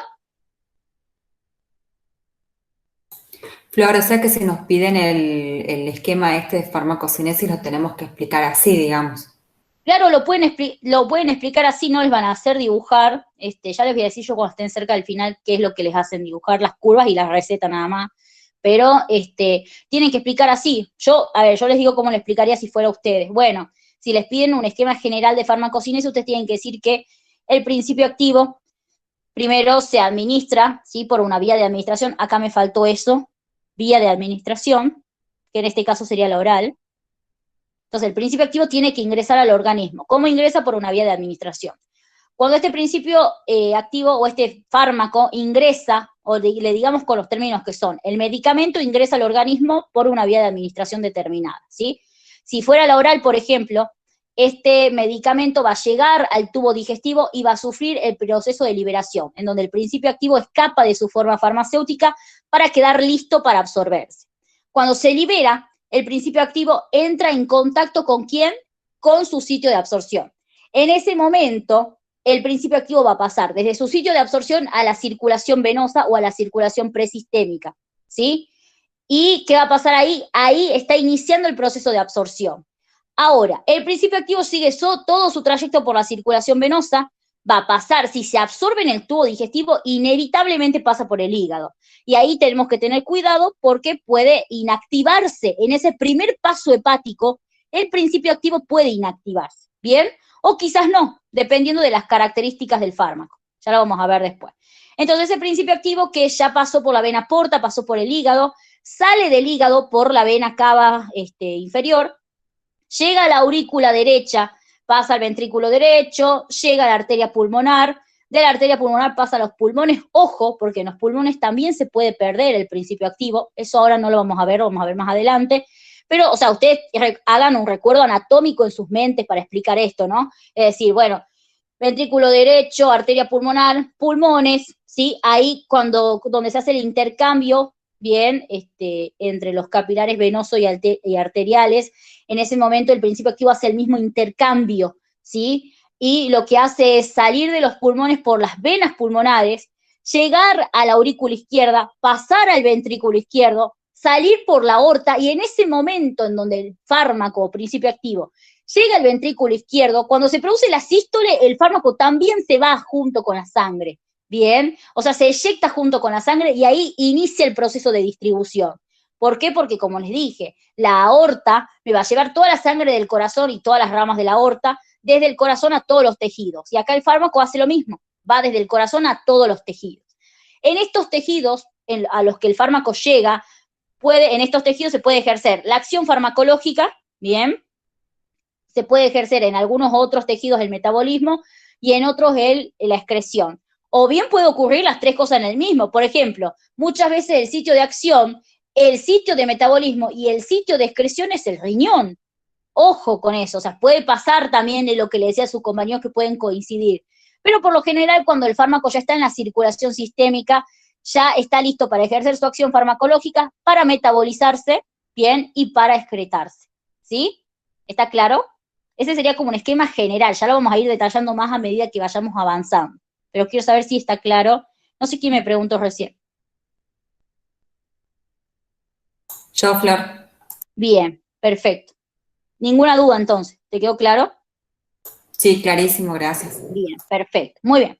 Bueno, ahora viene una cosa que es muy importante y que casi nadie, chicos, se lo estudia, pero sí lo pueden, la UNIAS nada más toma esto, y Gerván. ¿Qué es lo que sucede acá? Cuando un fármaco, yo les digo que un fármaco tiene que distribuir, que un fármaco tiene que absorberse, que un fármaco tiene que ingresar a los tejidos, les estoy hablando de algo de biología, que es los mecanismos de difusión por las membranas, porque los fármacos tienen que atravesar las membranas, ¿sí? Los fármacos van a atravesar las membranas de todas las formas que nosotros vimos. Van a atravesar por difusión simple, o sea, de todas las formas que ustedes conocen, por difusión facilitada o por transporte activo, ¿sí? Esto lo vamos a ir detallando mejor cuando vayamos viendo cada proceso, pero así en general les comento que pueden atravesar de estas tres formas. ¿Y qué es lo importante acá? Que si un fármaco atraviesa la membrana por difusión facilitada, ustedes saben que la difusión facilitada requiere de proteínas transportadoras, ¿bien? Y ustedes saben que las proteínas transportadoras no son infinitas. Entonces, cuando los fármacos atraviesen las membranas por difusión facilitada, tenemos que tener en cuenta las características de la difusión facilitada, que son la saturabilidad y la competencia. Esto quiere decir, ¿sí? Por ejemplo, que haya 4 proteínas transportadoras, ¿sí? Supongamos. Y yo administre 20 miligramos de un fármaco. Con estos 20 miligramos yo digo, bueno, se ocupan 2 de estas proteínas transportadoras, ¿sí?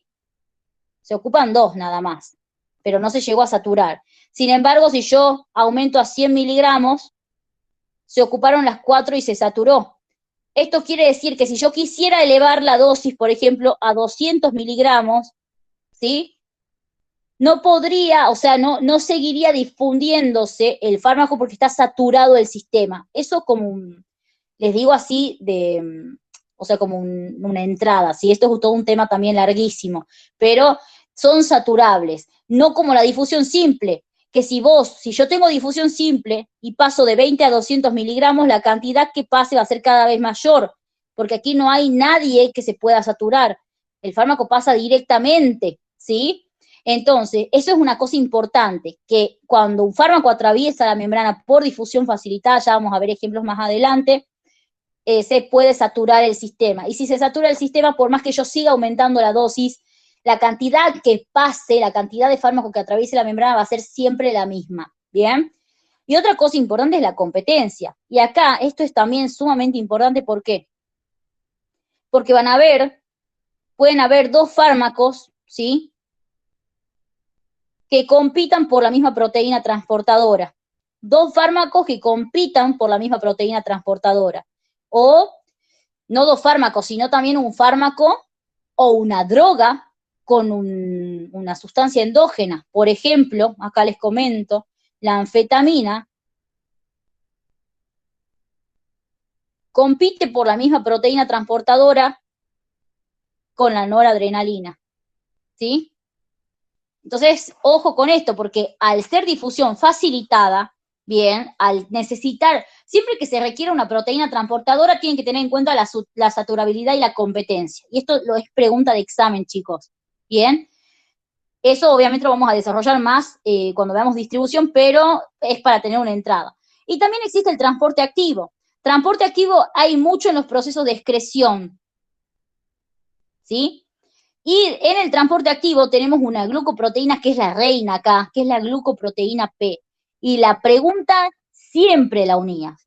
Glucoproteína P no la pueden obviar. O sea, estas cosas no las pueden no saber, ¿sí? Ya obviamente, como les digo, hay toda una clase para desarrollar esto, pero ustedes lo tienen que ir ya como, así les voy tirando como puntos importantes, ¿bien? Entonces, ustedes siempre tienen que saber que los fármacos van a atravesar las membranas, ¿sí? Y al atravesar la membrana pueden seguir cualquiera de estos tres caminos. Pero ¿cómo sé yo que un fármaco va a atravesar la membrana por difusión simple? Es decir, ¿qué características del fármaco me determina que atraviese la membrana por difusión simple, por difusión facilitada y por transporte activo? La liposolubilidad, el peso molecular y la ionización. Para que un fármaco, y esto es pregunta de examen, para que un fármaco atraviese la membrana por difusión simple, tiene que ser muy liposoluble, y acá viene algo que pregunta a Lori para complicarles la vida, pero yo les voy a salvar eso. A Lori no les dice liposolubilidad, a Lori les dice coeficiente de partición lípido-agua. Coeficiente de partición lípido-agua y les dice polaridad.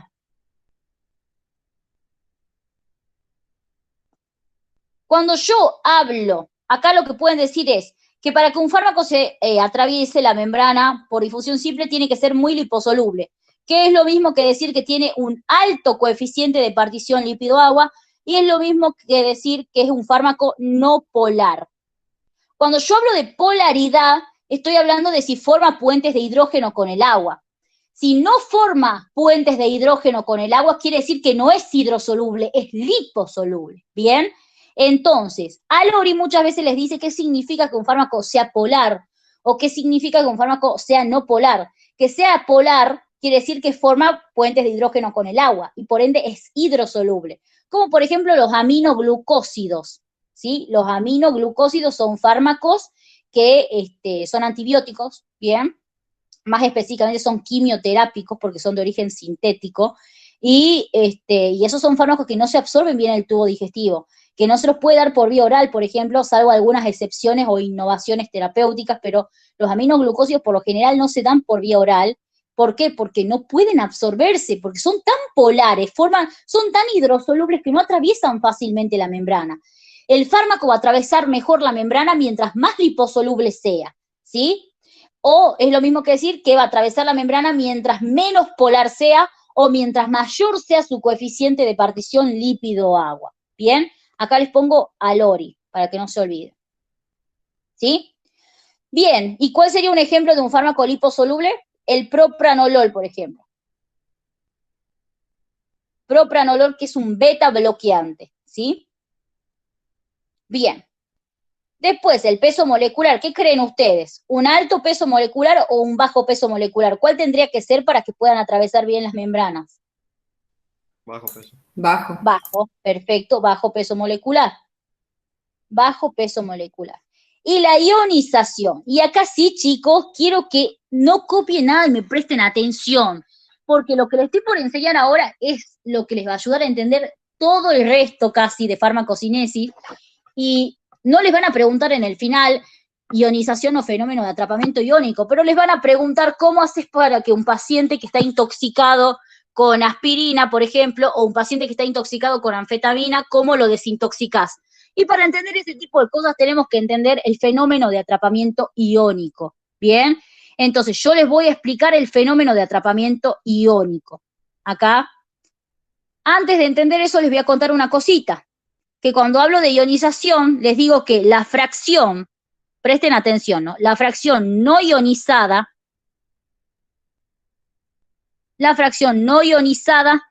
es la fracción liposoluble. Eso quiero que se los queden en sus mentes. Así ahora me van a responder las preguntas que yo les voy a hacer, ¿sí? La fracción no ionizada es la fracción liposoluble. Bien, dejemos eso por un lado, pero no se lo olviden. Entonces vamos a fenómeno de atrapamiento iónico. Para poder entender esto es mucho de química, pero sí tienen que saberlo, y nadie le da mucha bola, y esto es sumamente importante. Hay que entender un par de conceptos. Primero que nada, ¿qué es el pKa? El pKa es el pH del medio en el cual un fármaco se encuentra un 50% disociado. ¿Qué quiere decir esto?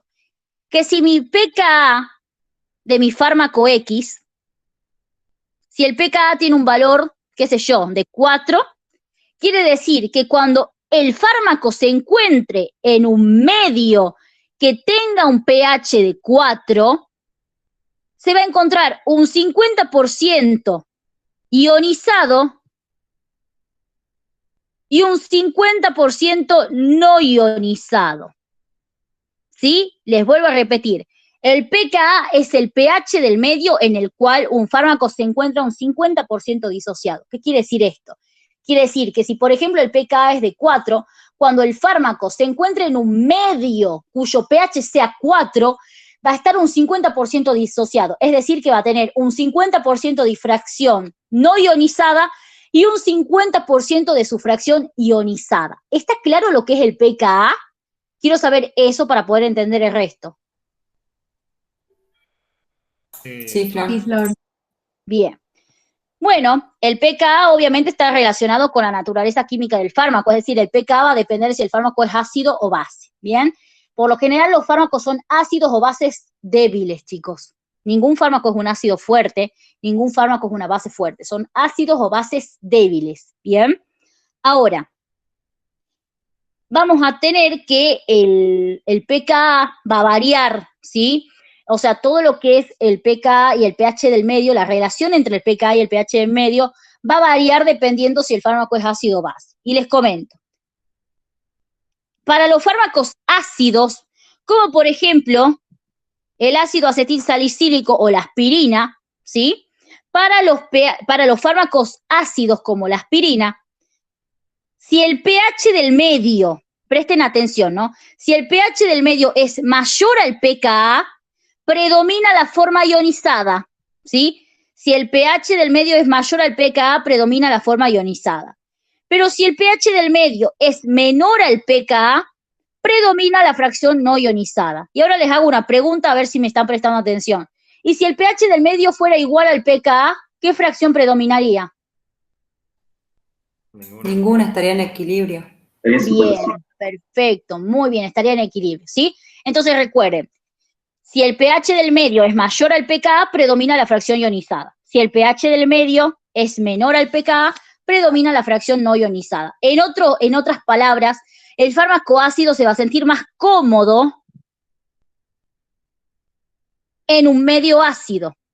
Bien, ¿qué quiere decir esto? Que en un medio ácido el fármaco va a tener un predominio de su fracción no ionizada, ¿sí? Eso es en otras palabras, pero esto para que ustedes lo entiendan, ustedes tienen que decir o tienen que saberlo así como está acá abajo. Ya les voy a explicar con un ejemplo. Y las bases, como por ejemplo, una base puede ser las anfetaminas, ¿sí? Las anfetaminas son bases, bien, bases débiles. El pH del medio, si el pH del medio es mayor al pKa, al revés que arriba, digamos, acá si el pH del medio es mayor al pKa, predomina la forma no ionizada. Pero si el pH del medio es menor al pKa, predomina la forma ionizada. Quiere decir que las bases se van a sentir más cómodas en un medio básico. ¿Sí? En un medio básico. Pero ahora, a ver, lo llevemos a un ejemplo. Supongamos que yo me tomo un comprimido de aspirina, ¿bien?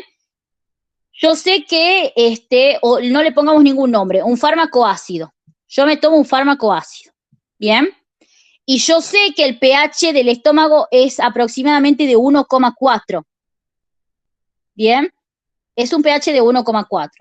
Y yo me tomé un fármaco ácido que tiene un pKa de 2. ¿El pKa es mayor o menor al pH del medio? Es mayor al pH del medio. Es mayor, ¿sí? Porque yo me tomé este fármaco llegó al estómago. Cuando llegó al estómago, el fármaco se topó con un pH de 1,4. Bien, el pKa de mi fármaco, ¿cuánto era? Era igual a 2. Y el pH del medio es 1,4. Como bien lo dijeron ustedes, el pH es menor al pKa. Bien, ¿qué pasaba con los fármacos ácidos cuando el pH era menor al pKa? Lean la diapositiva de arriba. ¿Qué pasaba? Predomina la forma no ionizada. Muy bien, predomina la forma no ionizada. ¿Sí? Yo les voy a hacer de color rojo la no ionizada. Entonces, miren, llega el fármaco acá. El fármaco tiene su pKa, que era de 2, ¿bien? Se topó con un pH de 1,4. El pH es menor al pKa del fármaco. Entonces, ¿qué pasa? Como el pH del medio es menor al pKa del fármaco, va a predominar. Acá les hago con pelotitas, voy a hacer de otro color. Va a predominar la fracción no ionizada, ¿bien? Predomina la fracción no ionizada. Y esta que está en rojo es la fracción ionizada, ¿sí? Pregunta, ¿la fracción no ionizada se podrá absorber o no? Sí, porque es liposoluble. Sí. Excelente, muy bien. Sí, porque es liposoluble. Entonces, ¿cuál es la importancia de esto? Al predominar la fracción no ionizada, chicos, se facilita la absorción. ¿Por qué? Porque la fracción ionizada es hidrosoluble. Y esta fracción ionizada no se puede absorber, queda ahí en el estómago. Si yo administro un fármaco ácido, bien, que yo les dije que en otras palabras se sentía cómodo en un medio ácido, un fármaco ácido se absorbe tranquilamente en un medio ácido. La aspirina sí se absorbe en parte en el estómago, ¿bien? Pero ¿por qué? Tiene su explicación. La explicación es esta, que cuando el fármaco ácido se topa con un pH bajo, un pH menor a su pKa, ¿sí? Predomina la fracción no ionizada, y la fracción no ionizada es liposoluble. Esto quiere decir que hay una gran cantidad del fármaco que se va a poder absorber tranquilamente, ¿bien? Si en cambio predominara la fracción ionizada, el fármaco no se podría absorber acá. ¿Por qué? Porque la fracción ionizada es hidrosoluble. La membrana plasmática es permeable a la fracción no ionizada. Entonces, la importancia de que aquí predomine la fracción no ionizada es que la fracción no ionizada es liposoluble y que va a atravesar las membranas y el fármaco ácido se va a absorber perfecto en un medio ácido. El fármaco ácido se absorbe perfecto en un medio ácido, ¿por qué? Porque predomina su fracción no ionizada. Pero, ¿qué pasa acá? Supongamos que se empieza a absorber en el estómago, ¿sí? La absorción era el pasaje del fármaco ¿a dónde? ¿A qué circulación? Presistémico. Bien, a la circulación presistémica. O sea, el fármaco se absorbe, ¿verdad? Atraviesa la membrana del estómago, la mucosa del estómago, el epitelio, ¿sí? atraviesa el endotelio vascular, llega al interior del vaso sanguíneo. Pero ¿cuánto es el pH? ¿Alguno tiene idea cuánto es el pH de la sangre aproximadamente? 7,4. 7,4. Bien, perfecto, de 7,4. Bien, ahora yo les hago una pregunta. El pKa del fármaco era igual a 2.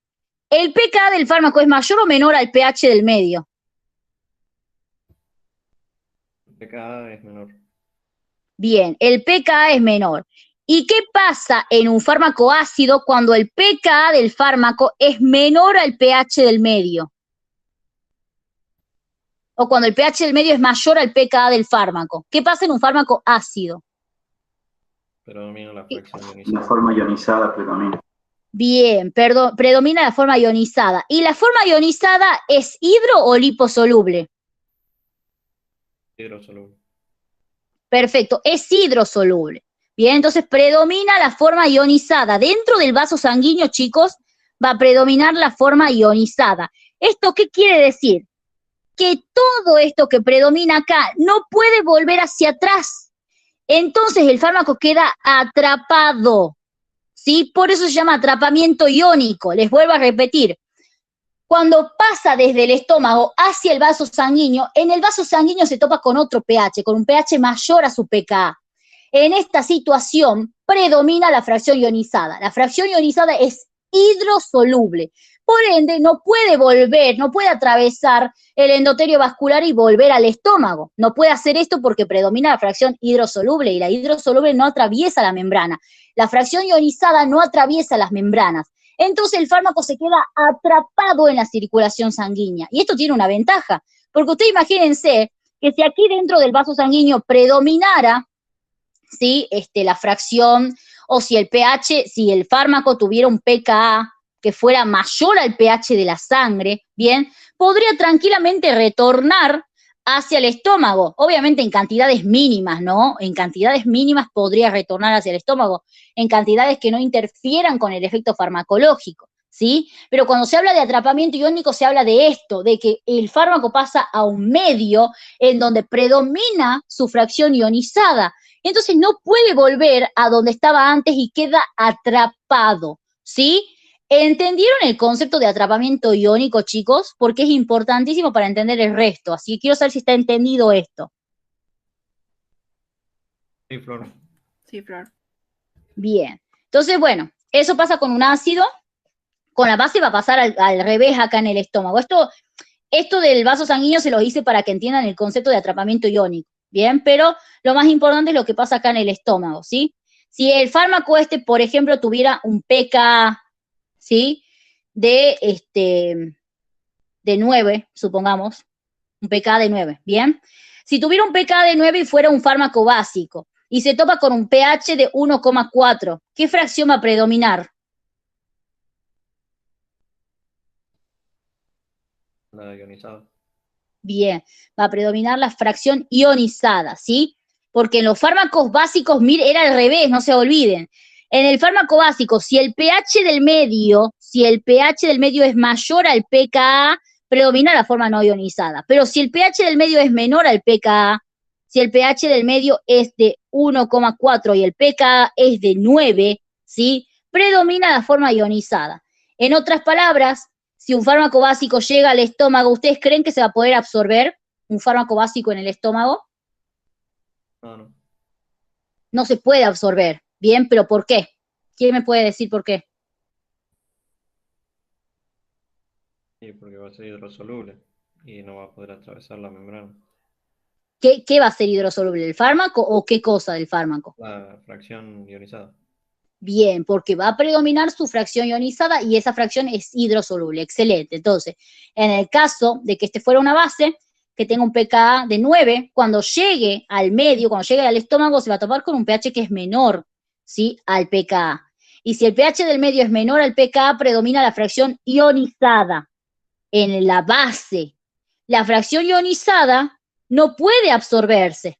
Entonces no le queda otra que llegar al intestino. Ahora, cuando llegue al intestino, va a sentirse cómoda la base y ahí sí se va a poder absorber. En otras palabras, chicos, un fármaco ácido se siente cómodo en un medio ácido. En otras palabras, un fármaco ácido cuando se encuentra en un medio ácido, predomina su fracción no ionizada. Bien. Y cuando se encuentra en un medio básico, predomina su fracción ionizada. Con las bases pasa lo mismo. Un fármaco que sea una base débil, cuando se tope con un medio básico, se va a sentir cómoda y va a predominar su fracción no ionizada. Pero cuando se tope con un medio ácido, no se va a sentir cómoda y va a predominar su fracción ionizada. Cada vez que predomine la fracción no ionizada, estamos hablando de que predomina la liposoluble. Y si predomina la liposoluble, hay una absorción. No solamente que hay absorción, sino que la velocidad de absorción es mayor también, ¿sí? Y acá pasa lo mismo que allá arriba. ¿Está claro esto entonces, chicos? Sí, Flor. Bien. Sí, claro. Y acá les anoté una leyenda. El grado de ionización interviene con la velocidad de absorción, ¿sí? Ahora, ojo, a ver, la aspirina es ácido, se absorbe en el estómago, pero se absorbe un poquitito en el estómago y el resto en el intestino. Y esto no tiene, o sea, en la absorción no tiene todo que ver con la ionización, sino también con la superficie de absorción. Ustedes saben, por histología, por biología, que el intestino es por mucho el mayor sitio de absorción porque tiene las vellosidades, las microvellosidades, ¿bien? Entonces, acá también tiene que ver la superficie de absorción. El estómago tiene una superficie muy chiquitita de absorción, entonces no se puede absorber mucho fármaco. Pero la aspirina sí se puede absorber en el estómago porque es ácida, pero se absorbe en más cantidad en el intestino porque en el intestino hay más superficie de absorción que en el estómago, ¿bien? Esas son como cositas importantes que la vamos a ir viendo con el tiempo. Bien, bueno, entonces si ya está comprendido esto, pasamos al otro power que es cortito, son 3 diapositivas nada más, para explicar otro concepto básico, espero encontrarlo acá, chicos, para explicar otro concepto básico de farmacocinesis, ¿bien? No sé si, hasta que yo lo encuentre, no sé si tienen alguna duda de lo que vamos viendo. Aquí está, listo. Bien. Bueno, entonces, otros conceptos básicos, o el otro power que yo les había dicho que saquen, era para que tengan las definiciones más que nada. Ahora no las vamos a ver porque esta la vamos a ver cada vez que vayamos viendo cada uno de los pasos, pero acá yo les pongo las definiciones de liberación, de absorción, de distribución, de metabolismo y de excreción, ¿sí? Estas son las definiciones que tienen que saber para el final, pero como les digo, las vamos a desarrollar a las definiciones, las vamos a ver a medida que vayamos viendo cada paso de la farmacocinesis, ¿sí? Así que ahora esta diapositiva la salteamos. Y acá les había puesto un dibujito que me gustó bastante para explicar esto del compartimiento pre- y posistémico, ¿sí? Yo les hice una línea en el medio acá, ustedes hagan también una liñita en el medio, y para que tengan en cuenta esto, que miren, el fármaco, hagamos de cuenta que esto es un intestino y no el hombre, ¿sí? Supongamos. El fármaco se absorbe, obviamente pasa por la circulación venosa, llega al corazón derecho, a arteria pulmonar, llega a los pulmones, de los pulmones sale por las venas pulmonares, llega a la aurícula izquierda, ventrículo izquierdo, aorta, y ahí ya inicia la distribución. En otras palabras, acá estaría la absorción y aquí estaría la distribución, ¿bien? Pero eso no importa ahora porque ya se los expliqué. Lo que quiero que sepan es que de aquí para acá va a ser compartimiento presistémico. El compartimiento presistémico, si les pregunta la UNIAS qué es, porque ella es la que pregunta estas cosas, es el conjunto de órganos y tejidos que hay antes de llegar a las venas pulmonares, ¿bien? Conjunto de órganos y tejidos o conjuntos de estructuras que hay antes de llegar a las venas pulmonares. Y antes de llegar a las venas pulmonares tengo un montón de órganos, que ya lo vamos a ir viendo, pero lo que sí me interesa que no se olviden es que los pulmones forman parte del compartimiento presistémico, porque están antes de llegar a las venas pulmonares, ¿sí? Y eso es importante para cuando veamos una cosita después de la vía endovenosa. Pero compartimiento presistémico de aquí para acá, y de aquí para acá compartimiento sistémico o circulación sistémica, ¿sí? Cuando el fármaco llega a la circulación sistémica se dice que ya está listo para ejercer su acción farmacológica, ¿bien? Y ojo, porque en todo esto que está acá se puede perder el fármaco. Se puede perder el fármaco condicionándome la cantidad que llega acá, ¿sí? Puede ser que yo haya administrado un 100%, por ejemplo, el 100% de un fármaco lo administré, y de ese 100%, chicos, a la circulación sistémica me llegó un 30% nada más. ¿Qué pasó con el 70%? Bueno, el 70% se perdió en todo este recorrido, ¿bien? Entonces, esto también es importante, porque mientras mayor sea el recorrido que tiene que hacer un fármaco para llegar a su sitio de acción, en este caso, el sitio de acción estaría en el compartimento sistémico, ¿no? Pero sí puede estar antes el sitio de acción también, ya lo vamos a ir viendo con todos los ejemplos. Pero si el fármaco tiene que llegar a la circulación sistémica para ejercer su acción y primero tiene que pasar por todo este recorrido presistémico, en todo este recorrido se puede perder fármaco. Y es a lo que nosotros llamamos eliminación presistémica. Eliminación presistémica, ¿sí? Que me va a condicionar, por eso hay algunos libros que les dicen que los pasos o todo lo que ocurre en la farmacocinesis me condiciona la cantidad de fármaco que llega a su sitio de acción, porque todo lo que pase con la farmacocinesis me va a determinar la fracción biodisponible, que la vamos a ver más adelante. Pero ahora quiero que se queden con esto, que todo lo que, mientras más largo sea el trayecto, digamos, que tiene que recorrer el fármaco para llegar a su sitio de acción o para llegar a la circulación sistémica, más riesgos tengo yo de que se pierda el fármaco. Por eso hay más problemas de biodisponibilidad con los fármacos que se tienen que absorber en el intestino que con los fármacos administrados por vía endovenosa, ¿sí? Son cositas que les voy diciendo para que cuando vayamos desarrollando cada una de las partes ya les quede más claro, ¿bien? Avísenme si tienen alguna duda, ¿no? Bueno, ese es uno de los conceptos. Y aquí viene otro, chico, esto nunca lo tomaban, literal. Pero me contó una alumna de la San Pablo que la UNIAS lo estuvo preguntando ahí. Entonces, como la UNIAS también toma en la UNT, quiero que esto, por favor, lo sepan, y aparte es importantísimo, que es el concepto de vida media, ¿sí? Cuando yo hablo de vida media, chicos, estoy hablando del tiempo que tarda el fármaco en reducir sus concentraciones a la mitad. Tiempo que tarda el fármaco en reducir sus concentraciones a la mitad. Quiere decir que si la vida media de mi fármaco es de 6 horas, quiere decir, o sea, si me dicen la vida media es de 6 horas, bueno, esto quiere decir que a las 6 horas de haberlo administrado, yo voy a tener el 50% del total. Es decir, si yo administré 200 miligramos, a las 6 horas voy a tener 100 miligramos. ¿Bien? Eso quiere decir una vida media de 6 horas. O vida media quiere decir entonces el tiempo que tarda el fármaco en reducir sus concentraciones a la mitad. Si la vida media es de 2 horas, quiere decir que si administré 200 miligramos, en 2 horas voy a tener 100 miligramos, ¿bien? Si la vida media es de 6 horas, quiere decir que si yo administré 200 miligramos en 100 horas, en 6 horas voy a tener 100 miligramos, o sea, en 6 horas voy a tener la mitad, ¿bien? Bueno, acá les pongo otra definición que también la había visto en un libro por las dudas, digamos, pero la primera es la que ustedes tienen que decir, que es el tiempo que tarda el organismo en depurarse de la mitad del fármaco, ¿bien? Son dos definiciones que las pueden llegar a encontrar, pero la primera es la más importante. Ahora, ¿para qué nos sirve? Esto es lo que preguntan en el examen. ¿Para qué sirve la vida media? Chicos, sirve para calcular el intervalo de dosis. Cuando yo les hablo de intervalo de dosis, anótenlo con sus palabras, les estoy hablando de cada cuánto tengo que dar el medicamento, ¿sí?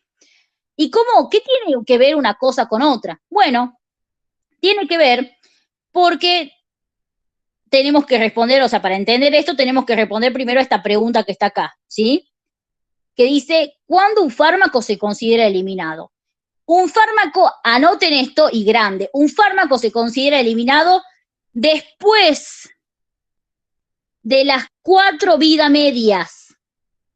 Vidas medias. ¿Qué quiere decir esto? Quiere decir que si yo tengo un fármaco X que tiene una vida media de 2 horas,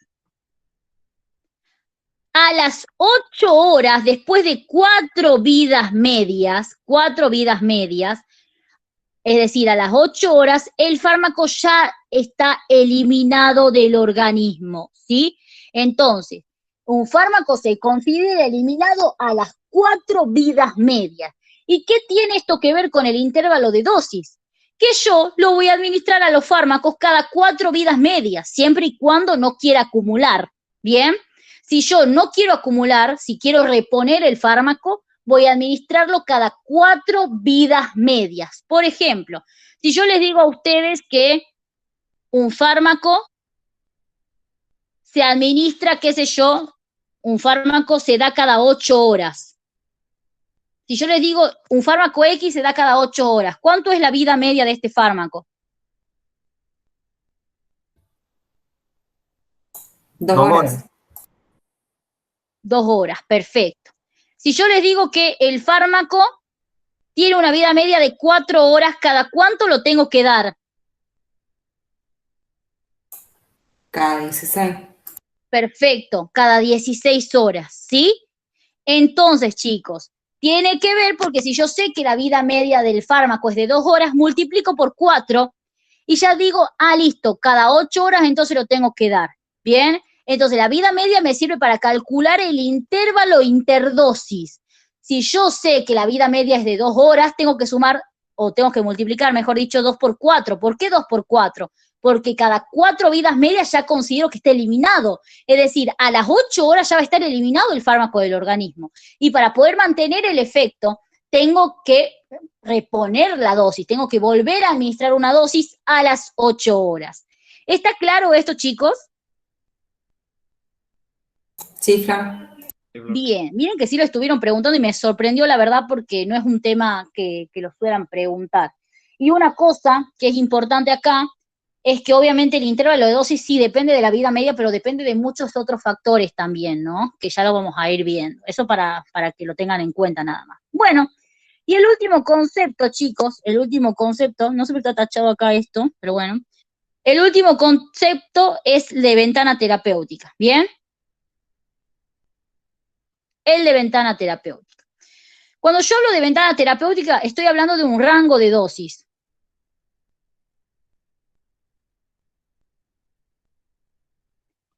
Cuando hablo de ventana terapéutica, anoten, estoy hablando, chicos, de la dosis, ¿bien? De las diferentes dosis que se pueden utilizar, o del rango de dosis que se puede utilizar para tener un efecto terapéutico óptimo sin tener reacciones adversas graves o importantes, porque reacciones adversas van a haber siempre, ¿no? Pero cuando hablo de índice terapéutico estoy hablando entonces del rango de dosis que yo puedo utilizar para tener un efecto terapéutico óptimo sin tener reacciones adversas importantes. Para que se entienda, vamos a aplicar en este tubito de ensayo lo siguiente. Yo les voy a hacer con diferentes colores. Esto es lo mismo que está en el video que les pasé. Les voy a hacer acá con diferentes colores, ¿sí? Acá vamos a tener un límite. Acá vamos a tener otro.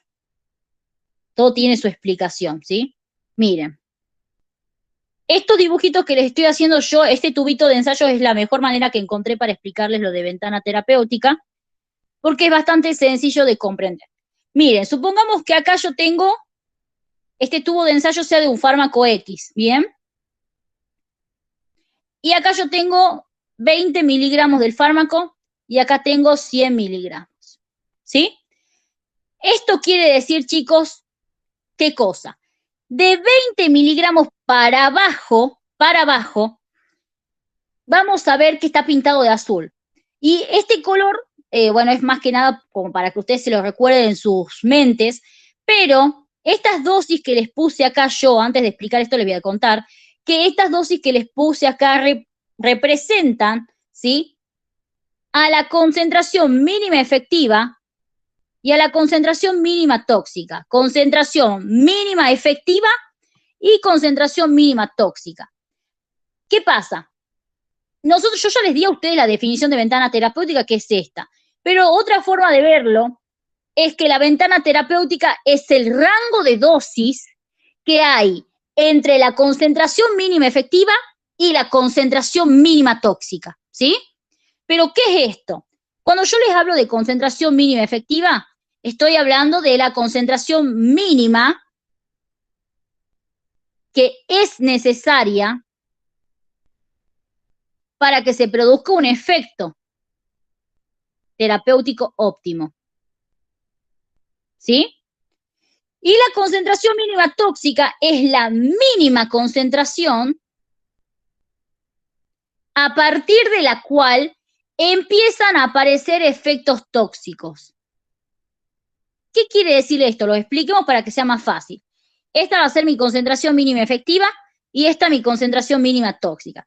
Quiere decir que de 20 miligramos va a ser mi concentración mínima efectiva. ¿Bien?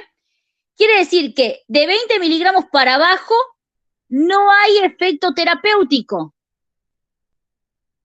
¿Por qué? Porque 20 miligramos es la mínima concentración que necesito para empezar a tener efectos terapéuticos óptimos.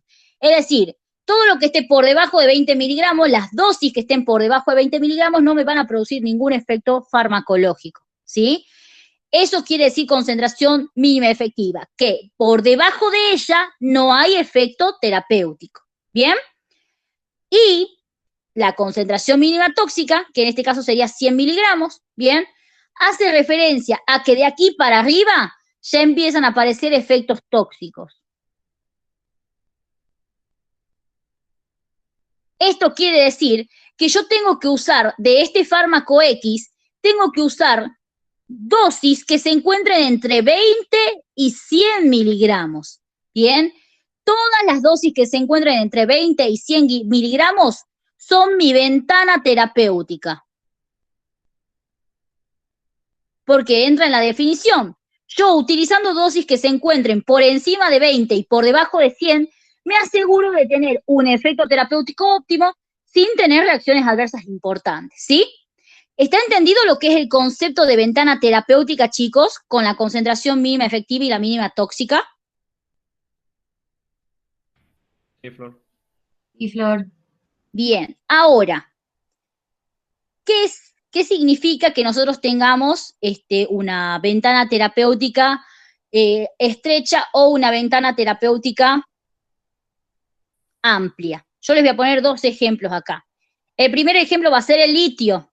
Para que no se olviden del litio, es el de Britney, ¿sí? El litio, que es un antipsicótico. Bueno, el litio yo les voy a hacer el dibujito y con el dibujito solo ustedes ya se van a dar cuenta. ¿Bien?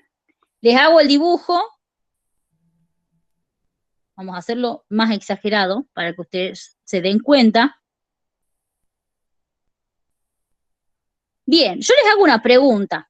A simple vista, ¿el litio tiene una amplia o una estrecha ventana terapéutica? Estrecha. Estrecha. Una estrecha ventana terapéutica, ¿sí? ¿Por qué? Primero acá, chicos, acá les comento, en ventana terapéutica hablamos de la dosis que vamos a administrar, pero también de las concentraciones plasmáticas. Principalmente se habla de las concentraciones plasmáticas, es decir, hablamos del rango de dosis y obviamente el rango de dosis va a estar relacionado con las concentraciones plasmáticas, ¿no? Esto les cuento para que por ahí si leen concentraciones, porque también pueden leer en otros libros la definición de ventana terapéutica como las diferentes concentraciones plasmáticas, ¿sí? Que se pueden tener para, sin tener reacciones adversas importantes, pero consiguiendo un efecto terapéutico óptimo. Es lo mismo, porque la concentración plasmática depende mucho de la dosis que administré. O sea, decir, acá la palabra correcta para ser más técnico sería concentraciones, ¿bien? Concentración mínima tóxica, concentración mínima efectiva, pero está relacionado con el rango de dosis que puedo utilizar. Así que eso como data. Pero miren lo que pasa con el litio, ¿sí? El litio, chicos, tiene una ventana terapéutica muy estrecha. Esto quiere decir que puedo variar muy poco, o sea, que el rango de dosis que puedo utilizar de litio es muy chiquitito, ¿bien? Que las concentraciones plasmáticas o que la variación de concentraciones plasmáticas que puedo tener del litio son mínimas. ¿Por qué? Porque la concentración mínima efectiva está muy cerca de la concentración mínima tóxica, ¿bien? No me acuerdo bien la dosis, pero creo que era, ya les voy a confirmar, pero yo estoy segura, confío en mi memoria, que era 0,8 a 1 miligramo, o sea, esa era la ventana terapéutica, o sea, miren de cerca que está, creo que era de 0,8 a 1,2, esos eran los miligramos de litio que se pueden tener en sangre, bien, que creo que se medían en miliequivalentes. Ya les voy a confirmar bien, les voy a mandar la dosis por el grupo para que ustedes puedan corroborar que tiene una ventana terapéutica muy estrecha. Pero los números eran de 0,8 a 1,2. O sea, 0,8 era la concentración mínima efectiva y 1,2 la mínima tóxica. Miren qué cerca que están re cerca. Y el problema con esto es que yo, un mínimo que me llegue a variar, un mínimo que 1,3, por ejemplo, que administre, ya supera el margen terapéutico y los riesgos son graves. ¿Bien? Entonces, miren cómo el litio tiene esta ventana terapéutica tan estrecha, 0,8 a 1,2 es muy estrecho lo que puedo variar de dosis, ¿bien? Son muy pocas, puedo tener concentraciones plasmáticas muy bajas, ¿bien? En otras palabras, si yo quiero hablar del litio, por ejemplo, puedo decir que tiene una ventana terapéutica estrecha. ¿Esto qué quiere decir? Quiere decir tres cosas. Que es un fármaco poco seguro, porque la ventana terapéutica está relacionada con la seguridad, es poco seguro, y no solamente eso, sino que además puedo usar dosis muy bajas de litio. Puedo usar dosis muy bajas, y no solamente eso, sino que tiene un rango de dosis muy pequeño, o muy estrecho. Muy pequeño, ¿sí? Entonces, cuando yo les diga a ustedes que un fármaco tiene una ventana terapéutica estrecha, les estoy diciendo que la concentración mínima tóxica está muy cerca de la mínima efectiva. En otras palabras, es un fármaco poco seguro, ¿bien? Que puedo utilizar solamente dosis bajas de este fármaco y que el rango de dosis es muy pequeño, ¿bien? Pero veamos lo que pasa con el paracetamol, ¿sí? El paracetamol o el ibuprofeno, cualquiera de los dos que quieran utilizar, vamos con el paracetamol. Miren cómo es la ventana terapéutica del paracetamol, en comparación de la del litio, ¿no? La ventana terapéutica del paracetamol es mucho mayor. Y si yo les pregunto a ustedes, a ver si alguno puede decirme, ¿qué quiere decir que el paracetamol tenga una ventana terapéutica estrecha? Según lo que yo les acabo de decir recién. Uy, cualquier cosa apreté. ¿Qué quiere decir? A ver. ¿Estrecha o Que es amplia? más seguro y Amplia, perdón. Bien, que es más seguro. puedo usar Acá les- dosis más altas, digamos. Bien, entonces, vamos poniendo lo que ustedes me dicen. El paracetamol tiene una ventana terapéutica más amplia, ¿bien? Ustedes saben que se puede utilizar hasta 1 gramo de paracetamol, obviamente no de forma crónica porque me genera hepatotoxicidad. Estamos hablando siempre de tratamientos cortos acá, porque en la cronicidad siempre va a haber riesgos, ¿bien? Entonces, el paracetamol tiene una ventana terapéutica amplia. Ya nos dijo su compañera que quiere decir entonces que vamos a tener mayor seguridad, que es más seguro. ¿Qué más? Puedo usar dosis más altas. Perfecto, puedo usar dosis más altas. Usar dosis. dosis es más amplia. Bien, perfecto. Y el rango es más amplio. El rango de dosis que puedo utilizar es más amplio. ¿Bien? Entonces, chicos, no se olviden de esto, ¿sí? Cuando yo les diga que un fármaco tiene una ventana terapéutica amplia, quiere decir que el fármaco es más seguro, como el paracetamol es más seguro que el litio desde ya, que puedo usar dosis más altas. Miren que la dosis máxima de litio es o la concentración plasmática más máxima de litio, o la dosis máxima es de 1,2, mientras que la del paracetamol es de 1 gramo, ¿sí? Entonces, miren la diferencia. 1,2 creo que era miliequivalente, ya les voy a confirmar bien eso, pero el paracetamol es de 1 gramo, o sea, es lo máximo que puedo utilizar de dosis en un día. Y se puede utilizar un poco más también el paracetamol, pero para evitarnos, ya vamos a ver la toxicidad del paracetamol más adelante, pero para evitarnos reacciones tóxicas a nivel hepática, se considera como que lo máximo que se puede utilizar es hasta 1 miligramo por día, ¿bien? Y miren cómo es la diferencia. En uno puedo utilizar 1,2 que era miliequivalente, en otro puedo utilizar 1 gramo como máximo, o sea, es diferente. Aparte, en el litio me puedo mover de 0,8 a 1,2, y en el paracetamol incluso puedo moverme desde 200 miligramos o 250, creo que era lo mínimo, hasta 1 gramo. Incluso puedo usar un poquito más, no va a pasar nada, ¿sí? Pero lo correcto es usar hasta 1 gramo nada más. Entonces, miren las diferencias. Eso es la ventana terapéutica. ¿Y cuáles son fármacos con ventana terapéutica muy estrecha? El litio. Los antineoplásicos tienen una ventana terapéutica estrechísima, ¿sí? ¿Y cuál es la diferencia con índice terapéutico? Que el índice terapéutico es el valor matemático. El índice terapéutico es el valor matemático de la ventana terapéutica. Y el índice terapéutico se determina en la etapa preclínica, mientras que la ventana terapéutica en la clínica. ¿Sí? Esas son dos diferencias importantes, ¿sí? ¿Está entendido entonces lo de la ventana terapéutica, chicos?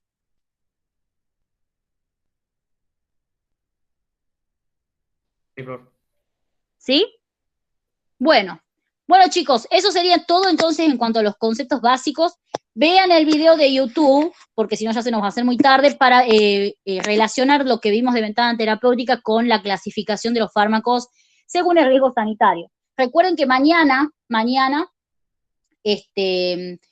ya les voy a confirmar una cosa con respecto a la clase, pero mañana ustedes sí tienen la evaluación, y es de módulo introductorio. Yo les voy a poner en la evaluación la clasificación del riesgo sanitario, así que vean el video y estudienlo. Está en el apunte de Meuli, ¿no? Eso también, si lo quieren ver de ahí, pero bueno, capaz que les queda más con la explicación que leerlo del apunte.